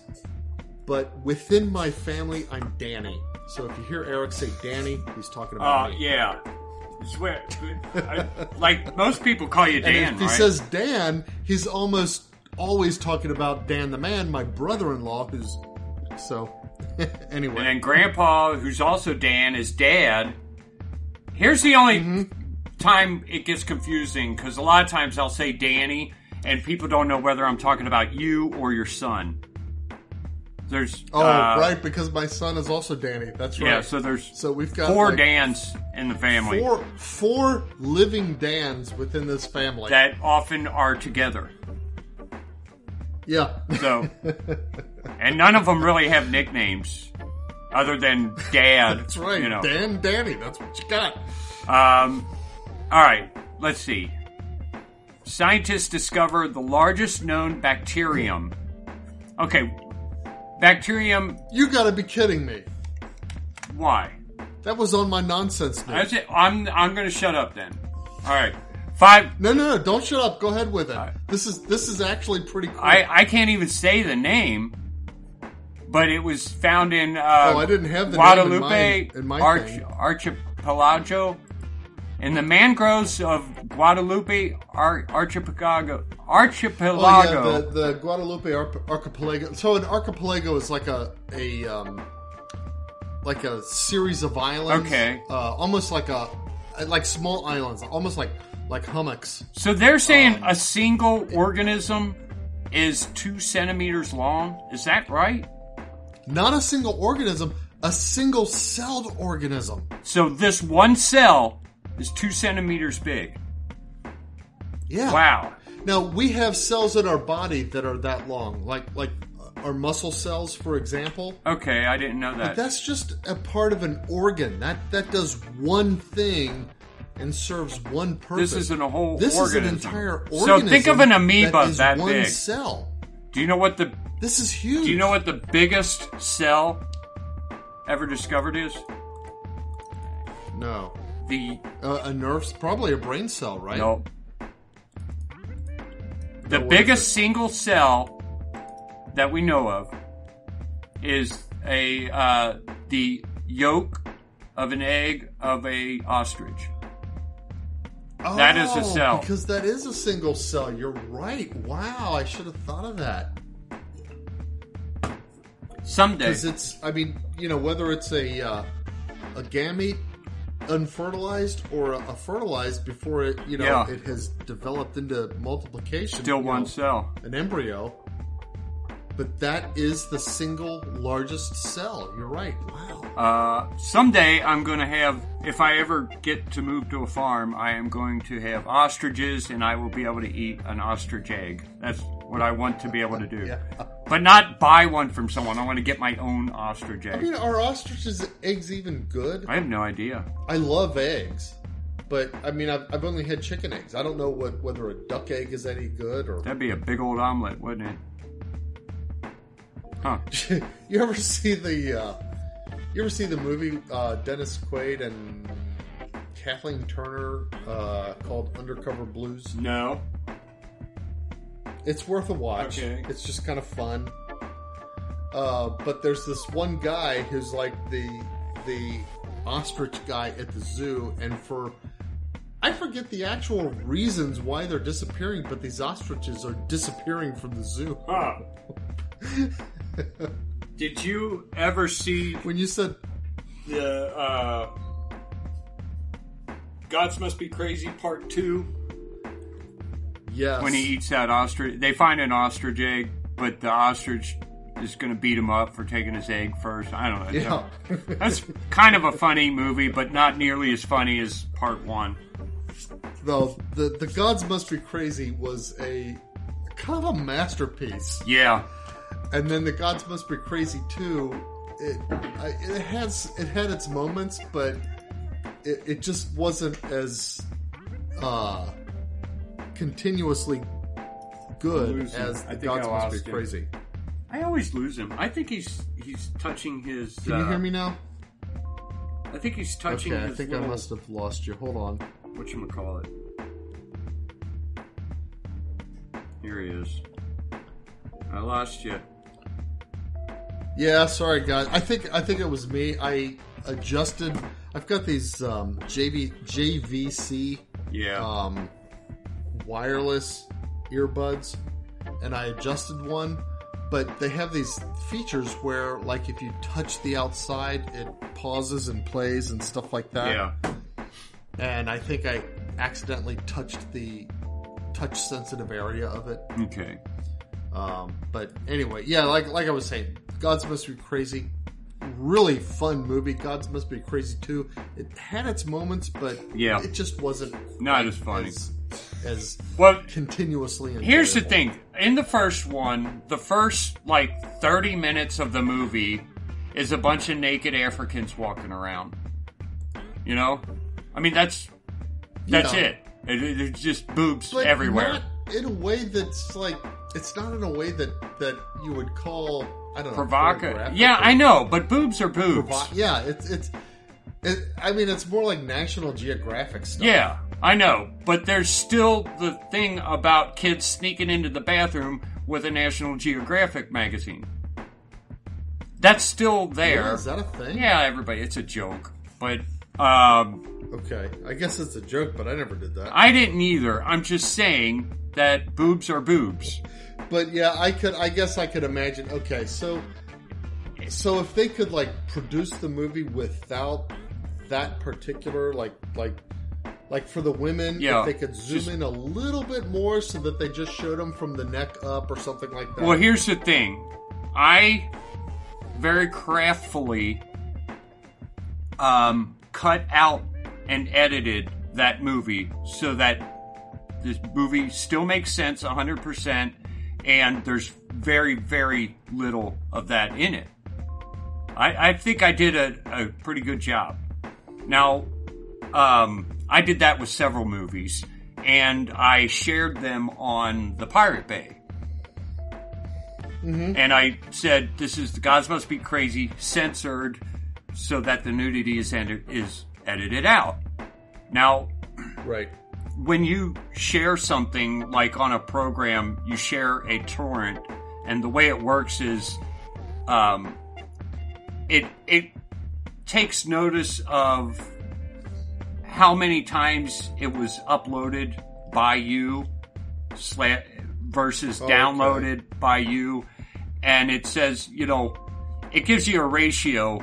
So if you say downloaded it once but uploaded it 3 times, it would say ratio 3-1. But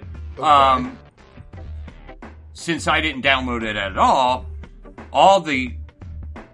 it's all uploading other people wanting to download it. out of all the movies I did, Gods Must Be Crazy is downloaded the most by other people. Wow. And it's like... Okay. It changes every time I reboot my computer, like if I clean my hard drive. That's weird, because people have to go search for that. Yeah. I don't understand how anyone would... pick yours over others that may be out there. From a site... It's not like it's a super popular, well-known movie. From a site like the Pirate Bay, which very few people... Well, I guess a lot of people... Anyway... Just since I've cleaned my computer, like reloaded Windows and stuff, it's been downloaded 500 times. Wow. Okay, guys, so go download it, but, I mean, you're not putting yourself at risk. I would have thought something like, I don't think so, I don't know. I mean, there's nothing other than this podcast, that's the only thing that could get to me, which I don't care about. I mean, do they really care? I would have thought Schindler's List. Who produced that movie anyway? I don't know. But I would have thought Schindler's List would have been the one most downloaded. But it's not even close. Did you do a Schindler's List edit? Yeah, I did a real good job on that too. And the story's just as good. I mean, you watch it, you don't know that you're watching an edited version. I've never watched Schindler's List. Oh, it's a good movie. Really? I think it's a really good movie. Is it a good movie? I know it's one of the Holocaust movies. I know those can get old because there's so many of them. But I think... Well, it's not Holocaust. It's that... what's his name? Liam Neeson. Ian... I can't say his name. No. The producer of that. He's the same guy who did E.T. Yeah, E.T. guy. The... E.T. guy. Yeah, it's like... I can't even... Why can't I think Steven of his Spielberg. Steven Spielberg. Yeah. Spielberg. Some of his movies I really like. Some, it's like, I don't know. It feels like you're being preachy. I don't know. Remember when E.T. came out and it was the best movie ever made? And I watched it, and I watched it like, I don't know. When we started downloading movies, I watched it again. And I was like, oh my gosh, this is so stupid. I can't believe even a kid would like this. It's so dumb. But I remember loving it. I liked E.T. when I was a kid. Yeah. In fact, I liked it so much. You got the video game. I liked it so much that I got the Atari video game and played it for hours just because I liked the movie. Now, here's the thing that you have to know in order to understand why that is so significant. E.T. is the Atari video game that Atari, after they released it, it was such a bomb that they buried like thousands, tens of thousands of cartridges of E.T. out in a desert somewhere.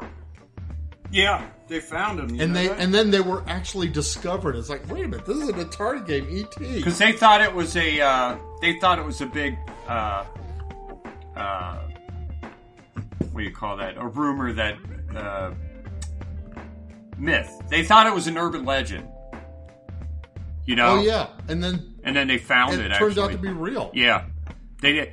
That is rated the worst video game ever made. But I remember playing it. I solved it. I actually remember some of the objectives and the movements and how to play. Yeah, I played it at Aunt Berta's upstairs. You fell in those pits and you had to get out of them pits. She used to call the zipful room. Yeah. Oh well, but I don't have E.T., but I do have Schindler's List, and that's a good movie. And I have The Gods Must Be Crazy, but that movie is, judging by the downloads, and again, it's advertised as nudity edited out, or PG-13 version, and it's at least 10 times more popular than Schindler's List. PG-13 version? Yeah. The original movie is only rated PG. Schindler's List? No. Gods Must Be Crazy. Oh. Sorry. I'm back on the original. Yeah, I didn't say... On our first... I said PG-13 version Schindler's List. For Schindler's List. Steven Spielberg. Okay, Schindler's List. That was rated R. Yeah, yes. It ought to be. There was some nudity in there that didn't even help the story in any way, shape, or form.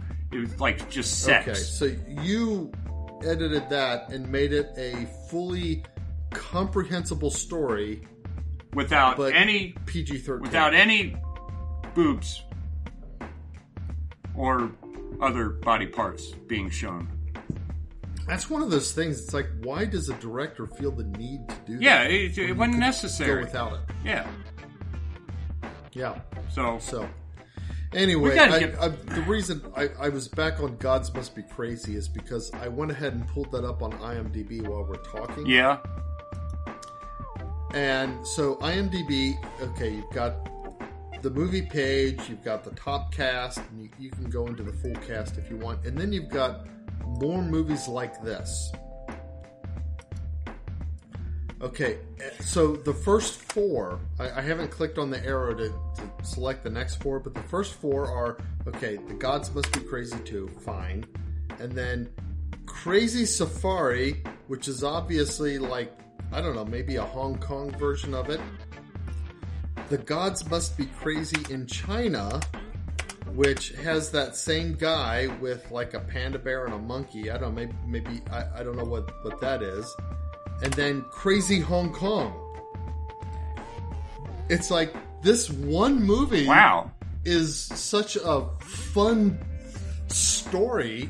Yeah. But all of these weird spin-offs have been created. Yeah, but they'll never be as good as the original Gods Must Be Crazy. No. I absolutely agree. Okay. I don't even know where we are in the news now. So what was the news story that kicked that off? The giant bacterium. Oh, the bacterium. To the egg. Yes, that's right. Mm-hmm. We got an egg is the largest single cell. I'm trying to stay on subjects here. Fuchsia Ann Ravina of the Philippines is crowned Miss International Queen. This is the world's largest beauty pageant for trans women in Thailand. Oh my gosh. You gotta be kidding. There's a queen out there. That should have been a nonsense That news. is a nonsense news. 21 people are found dead at a tavern in East London, Eastern Cape, South Africa. 21 people are found in a tavern dead. A tavern. You said tavern with a T, not cavern with a C? Yeah, T. A bar. Like a bar, a public house. A public house on a Sunday morning. They came in and found 21 people dead. They don't know. At first, they thought maybe there was some kind of stampede. I don't know why they thought that, but stampede. Like buffalo? I think like maybe a bunch of people were trying to get in or something. I don't know. But there were... Oh, that kind of stampede. Yeah. Okay. But there were no visible wounds, which makes me think this is something more like poison or something. Yeah, like a gas that seeped in or something. The thing is, I think they were mostly kids. Like, the legal drinking age is 19, I think, there. But these were kids between 13 and 16. There's a bunch of kids. Wow. Oh my gosh. Wow. And what country was this? This is South Africa. Wow. Yeah, I don't... There's still no word about... I mean, they're not telling... They haven't given a list of names yet, but... I don't know. That's terrible.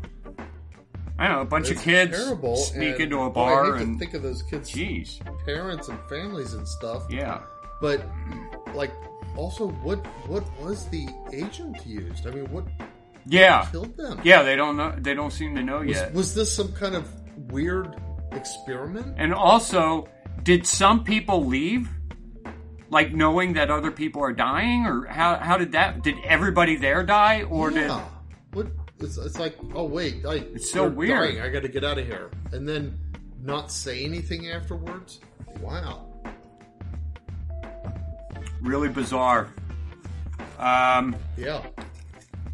There's a state in Nigeria that started issuing firearms to citizens so that they can defend themselves against bandits. So Nigeria is going the American route of trying to take care of these Muslim gangs, I think. Directly. Yeah. Makes sense.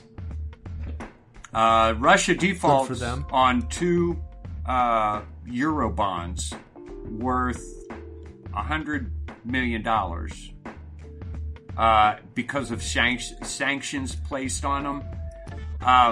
I think this is more trying to, bring Russia to its knees through sanctions and isolation from the world market. It's having the opposite effect, I think. We've talked about that before. Yeah, it's going to make them stronger. It's making them stronger. It's making them not need the global market, and it's going to backfire on them. I think $100 million doesn't sound like a whole lot of money. No, I think it might be.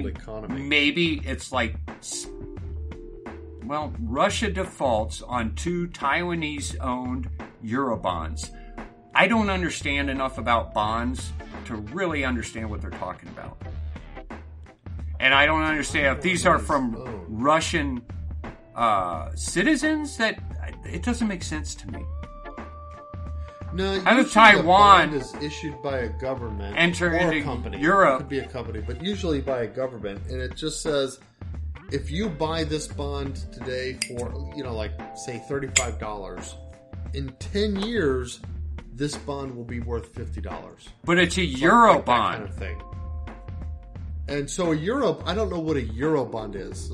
And why is it sold within the European Union or tied to the euro as a unit of currency? Yeah. It's like, okay, you buy it for so many euros, and regardless of what the euro is worth in the world market, it'll be worth this many euros 10 years in the future.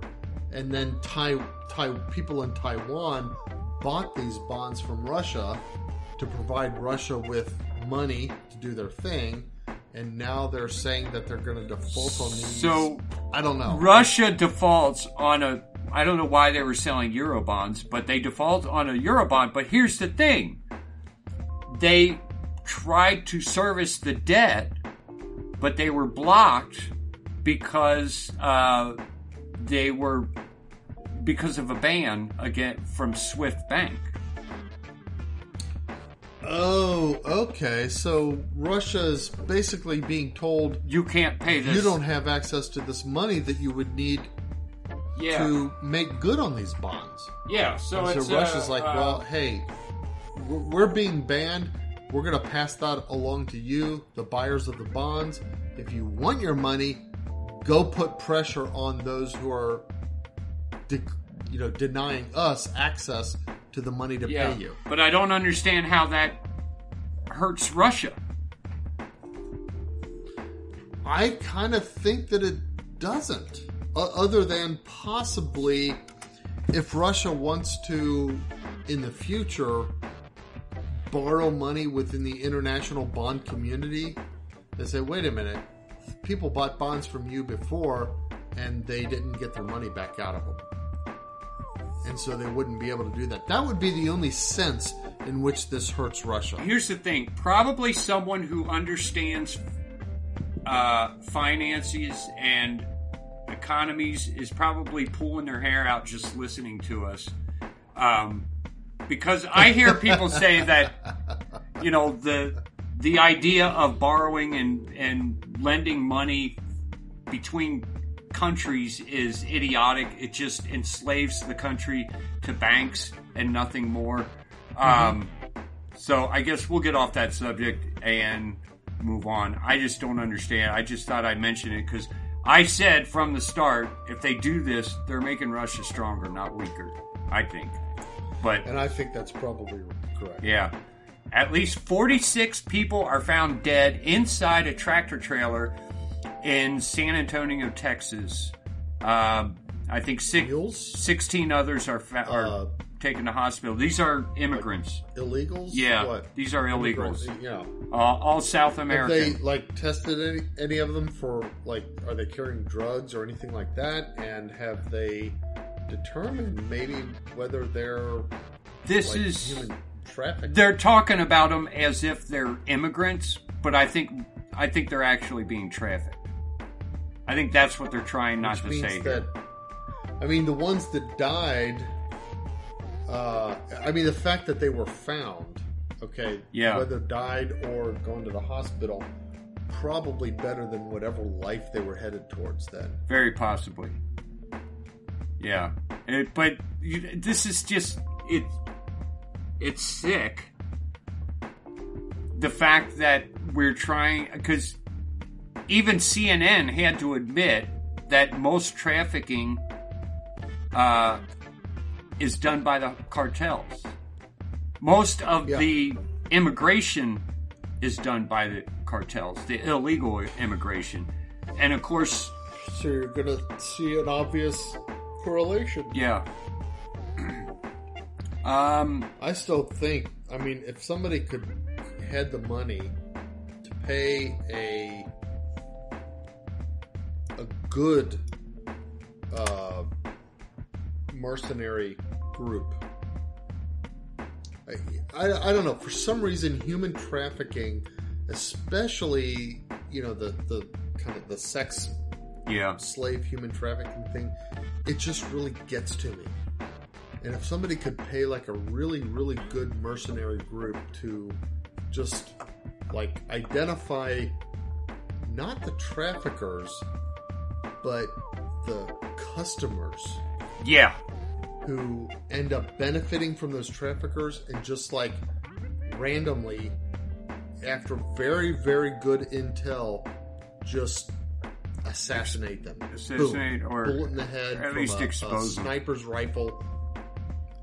I don't know. That would be a good service. I would not. It would be very difficult for me to be against that. Let's just say it that way.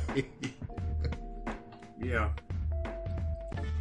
Especially because here's the thing: you'd think, it's not just that they're being violated the way a slave is. Their souls are in serious jeopardy, because it's one thing to do it. Say a kid who's completely violated, but when you get, say, a girl hooked on heroin to where her only way to continue getting heroin is to give in to this this lifestyle. Right. Well, when does she become culpable? And right, exactly. The whole thing is terrible. I know what you mean. State judges in New Orleans and Utah block abortion bans. I don't know how, but some of the abortion bans, a lot of states have already had trigger laws in place. New Orleans and Utah both had laws in place, trigger laws, and they've been blocked by judges in those states.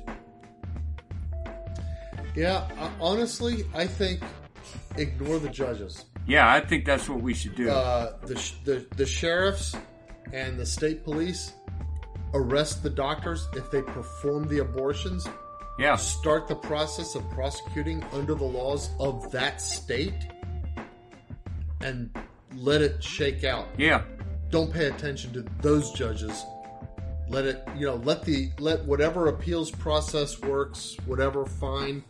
But ignore those judges and start immediately arresting and prosecuting those abortionists, and to the extent that they allow it, those women who are procuring abortions. I'll tell you so what. So that babies start living in those states. I'll tell you what. The murderer Mike DeWine completely ignored judges in order to enforce the COVID restrictions. Yeah. He just so why ignored not it. ignore judges to enforce abortion restrictions? Yeah. That would be the way to go. There's also a federal judge in South Carolina who lifted an injunction on a so-called heartbeat bill. So, I guess another judge Supreme Court decision. He said, "Well, I guess your bill's okay now." Yeah, but I think a lot of that kind of stuff is going to happen as this shakes out over the next, couple months. Yeah, and we'll see. But again, it's a great week for America. Ultimately, though, realize that as long as you believe you're within the textual Constitution of the United States, state legislatures, state governors, state policemen, don't let judges tell you otherwise. Go ahead and enforce the laws of your state. Right. That's all the news I got. I got to fill my coffee cup up. That was a lot of news. Go ahead. Well, we talked a lot. Yeah, it was, because we were about an hour in when we said, hey, let's do news. And now we're about 2 hours in. All right, well, I only have 3 because my first one was actually going to be the bacterium. Yeah. And my comment was that lint that you've been brushing away, because what's funny is the bacteria look like lint. Did you see a picture of it? I didn't see it, no. Oh, okay. Include my website, grab a picture. It looks like lint. Okay, I'll put that in. And yet it's not just like a single cell that is capable of becoming an organism or something like that. It's a single-celled organism. And it's like, wow, that's huge. Okay. Yeah, it does look like lint. I might have that stuff everywhere. Yeah. Yeah, that's... Who knows? Okay. I've got this Amazon's Alexa. Okay, so I guess Alexa is... it's like the talking like the one. Original... It's the original Big Brother. Yeah. Could soon mimic the voice of dead relatives. Well, that'd be freaky. The capability unveiled at Amazon's Re-Mars conference in Las Vegas is in development and would allow the virtual assistant to mimic the voice of a specific person based on less than 1 minute of provided recording. Wow. Guys, okay, maybe you want this, maybe you don't. I don't want this, but if you're going to do this, tell your kids so they don't start thinking that grandma has somehow... Yeah, that's a Twilight Zone there. Alexa. Or is it a dark... okay, there's two. There's a Twilight Zone where she's taking care of her uncle, and he ends up being kind of... The computer becomes the uncle. And then there's Tales... Wait, which one are you talking about? I don't remember. Okay, there's Twilight Zone where she's living with her uncle, and she has to take care of him. And he keeps going into the basement to do something, and he won't let her in the basement until he finally dies. And then the will says she inherits everything, but she has to take care of his project in the basement. And in the basement is a robot with the personality of the uncle. Oh, so she keeps having to take care of him. Oh, that's so creepy. And then there's a Tales from the Dark Side where I think that's a set of twins, brother and sister, and one of them has some kind of disease where she's going to die, but she spends all her time on the computer while she's alive, and then after she dies, the computer starts talking to him because she had gotten into the computer. She basically uploaded herself to the computer. Yeah. But okay. Anyway, what it really reminds me of is we're getting closer there, guys. Yeah. Alexa can sound like grandma. It reminds me of a dream I had. Do you remember Mr. Huseman? Mm-hmm. This old man that lived on the street. Up the street. He was just a nice old man who... actually, I've got pictures of him. He was a really nice old man. At the pro-life marches with just this little handmade sign that says, "Oh, life is so precious." And that sign alone tells you what you need to know about Mr. Huseman. Other than he had a very unusual voice. He just had a voice that you could pick out, you know. But I had a dream that I was driving somewhere and I picked up a hitchhiker and it was him. And in the dream, I was like, "Mr. Huseman, you're dead." And he kept saying, "I'm not dead yet." And I could hear his voice saying it as I was waking up. Oh my gosh. That's weird. You know, I hate those dreams that combine reality with dream fiction. Yeah. You get that disturbed feeling for the rest of the day. Yeah. But you know, his niece, I think, maybe it was his daughter or granddaughter. I think it was his niece, though. And they were related to the people who owned Crimers. Oh, okay. Whatever happened to Crimer? I guess they just went out of business. Yeah, with, you know. Burger and stuff. Yeah, just like... Yeah. I used to go up there all the time. Yeah. Mom would send me up there to buy groceries. And I remember this one time... I really appreciate, you know, the Crimers, his sense of, I got to make sure this kid's getting the right thing. I went up there and I said, I want, I don't know, a pound and a half of, and I said, roast beef. Yeah. And he looked at me kind of funny. He said, "Do you mean roast beef or ground beef?" And I said, "I don't know. I'll be right back." Well, you know the shortcut from there to our house. Oh, yeah. It was through like the backyards of the people behind us. So minute. I ran back and I said, "Mom, is it roast beef or ground beef?" She said, she just like was so exasperated. "Ground beef, hamburger." I went up there once. I said, "I need a pound of pepperoni." And he looked at me for a minute. He said, "Could you mean salami?" I said, "I don't know." He said, "Let me have your phone number. I'll call your mom." And he called Mom. And you're getting a pound of salami, not pepperoni.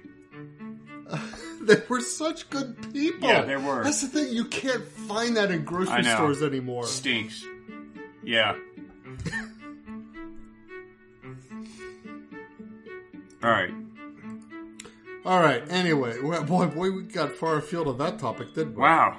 Okay, so and there he goes again. Next, he touched his ear again, and now he's. This is weird, weird and kind of funny, I guess. So this guy, I don't know if you have ever seen like a movie or a show where they've got like this. I would call him back, but like then we won't know which one to pick up. So I'm just going to wait for him to call me. These, he's probably talking. Runway He's probably walkers. talking right now.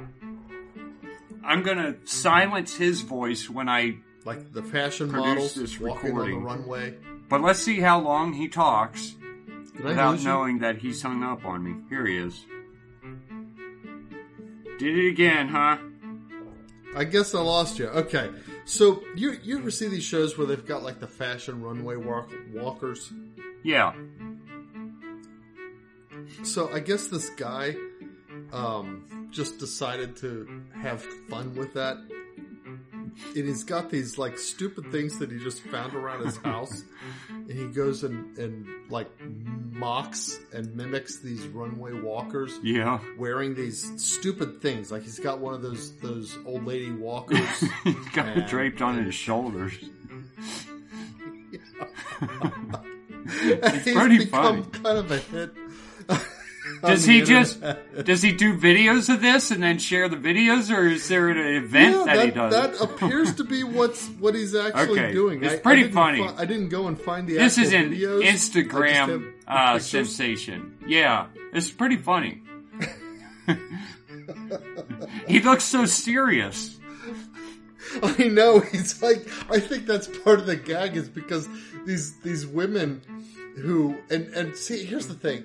If you're somebody who's like my wife, she likes to sew. She used to sew clothes. She sews quilts now. Yeah.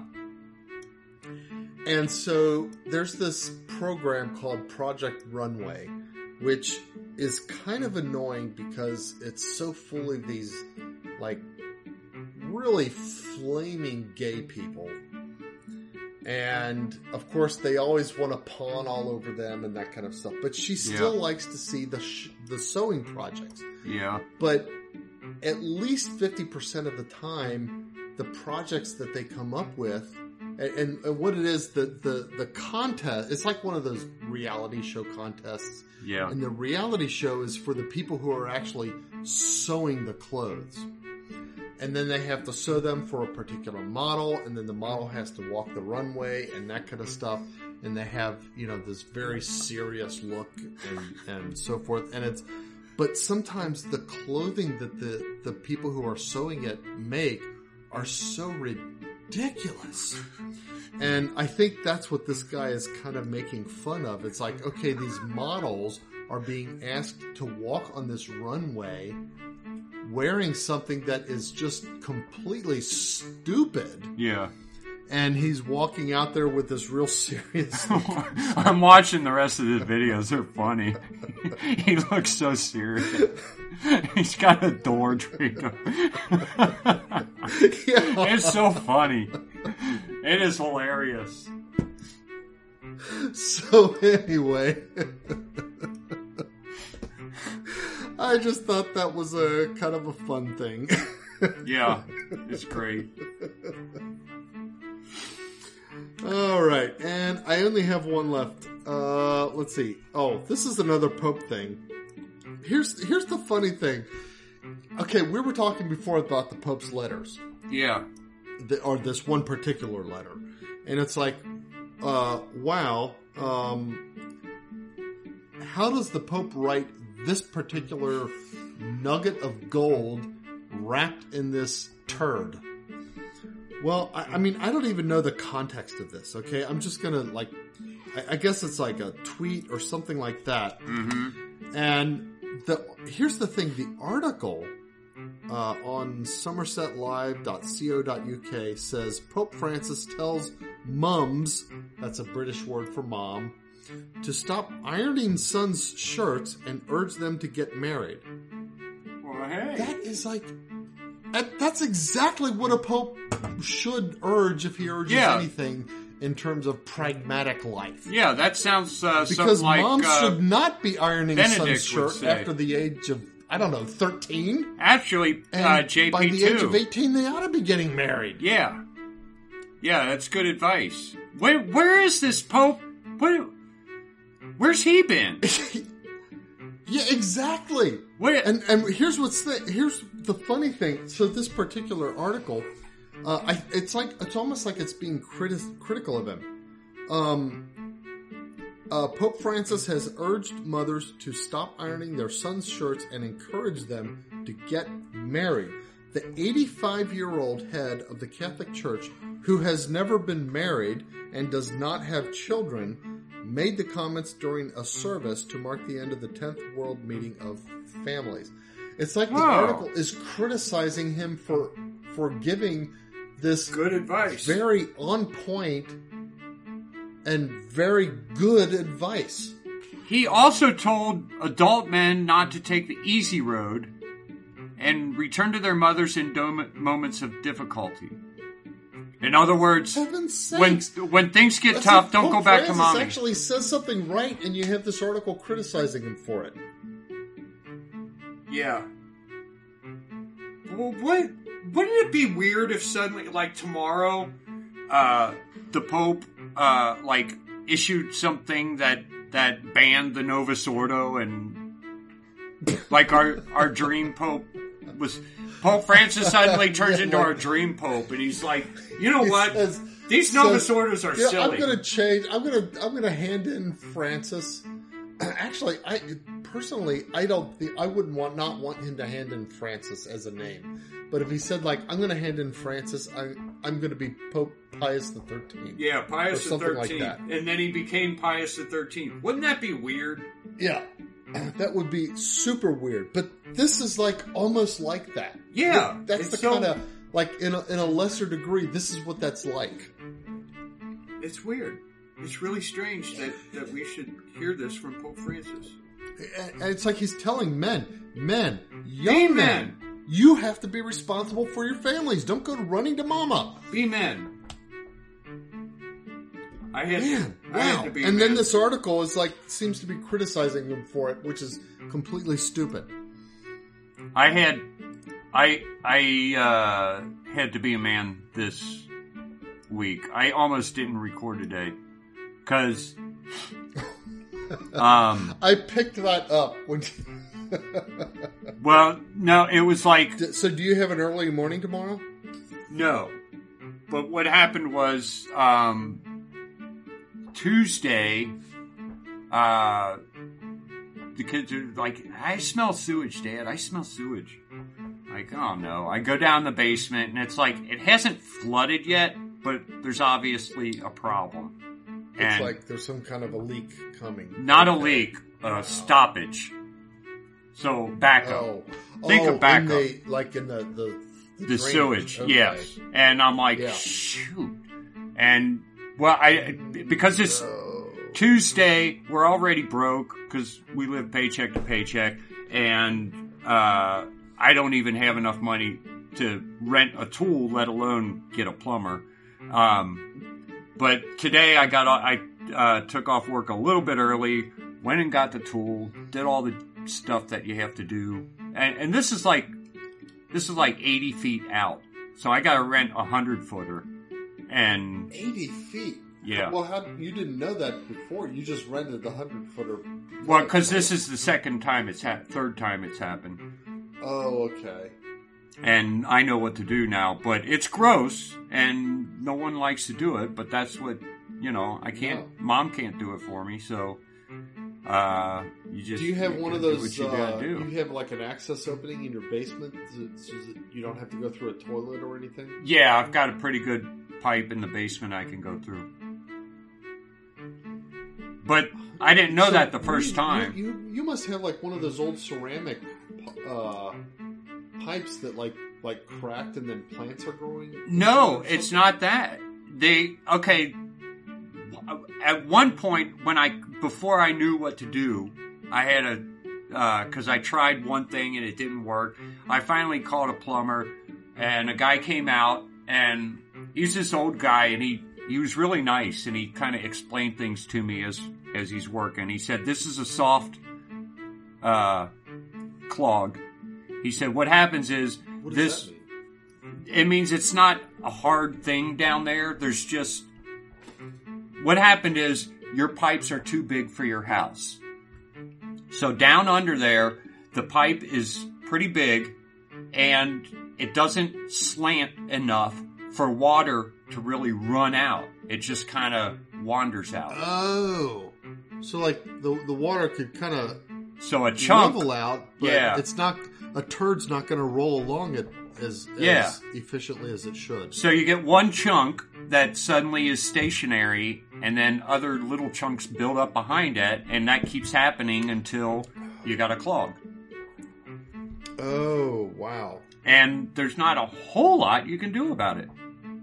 Other than get 100 unclog auger and do the work. Okay, here's all right. I thought you had one of those? I had a 50-foot one, and I bought a 75-foot cable for it, and that doesn't quite reach it. And even if it did, we're talking about a big pipe. I need a bigger one. Yeah. So I had to use the real big ones to get rid of this. Maybe someday I'll put, $600 or $700 into one of these big ones and maybe try to find one on Craigslist or something. That's what it would take. But since I don't have that, I just rent them for, $75. Well, at least you know what to do. Okay, $600 or $700. That's like 8 to 10 years. Yeah. 8 to 10 years. 8 to 10 incidents worth. Where it would pay for itself. If I could find one for that much. And if it only happens every 2 years, that's like almost 20 years. Yeah. So that probably makes sense just to rent it. Yeah, for now. Unless I find, like I said, unless I find one cheap on Craigslist at a good deal, I'll be like, ooh, yeah, I'll take that. Yeah. So. Wow. All right. Is that our last story? That was my last story. Oh, wait. I got one more. Okay. I actually meant to lead with this. I don't know if you're like this. So do you have this problem with saying things that come off completely wrong? Like social situations? Yes. Yeah. Or with your wife, or with your kids, or whatever. I'm terrible about it. Well, with my wife and my kids, I think they're mostly used to it, but... Okay, my so boss, first I'm going to explain this thing. So our 3 listeners, I'm going to introduce you to a concept called geocaching. And, like, you know the GPS system, like every phone has GPS. A guy thought, wow, this could just be kind of a toy. Yeah. And so he went and he used a GPS locator to read out his longitude and latitude, and he took a box full of, just sort of like nonsense goodies. Yeah. What we would call swag these days. Put it somewhere, and then he went on some kind of list, and he said, hey guys, I've put a box at this longitude, latitude location. Let's have some fun. And from that, it has grown into an actual, organized, ongoing thing. Okay. So I told you that in order to tell you this. My wife and I were out doing some geocaching, just locally, just within Avon here. Mm-hmm. And we were in the woods looking for this, and my wife's feet, and I didn't see this happen, got tangled in a vine, and she tripped, and she just like face planted into the log. Okay. Okay, well, over the next day and a half, as you can imagine with something like that, like over around her lip area, she had a fat lip for one thing, and then on the outside it was like this discolored bruise kind of thing. She had a black eye. Brown turning yellow. So I'm like, okay, it's like it would hurt her physically for me to kiss her. So she's getting ready to go out to work the one morning, and I just said to her, well, I'm not going to kiss you because of your face. That was a long story. Are you drinking by any chance? A little bit. Why? Okay. Oh, because you think I'm being too wordy, don't you? Yes. That was a long Cut it out, story. Man. You're the producer. Okay. People could be like, they're going to hear the story like 2 words, geocache, and then I'm not going to kiss you because of your face, and then they're going to hear me say, you're drinking, aren't you?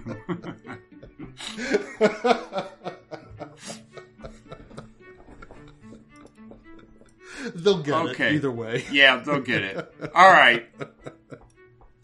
Well, look, I don't have a saint because I think we kind of stopped doing that. We're having a hard time making time for the podcast at all. So, well, like I said, we both have families. We both have jobs. But we are trying to commit. Take up time. We're both trying to commit to once a week now, even when we don't feel like it. Mm-hmm. Which I did not feel like it today because I dealt with poop. I kind of picked up on that. I pushed you anyway, didn't I? Yeah. So we did it, and I guess think about what we said. And as always, circle them beads. And we'll see you next week. Bye, everyone.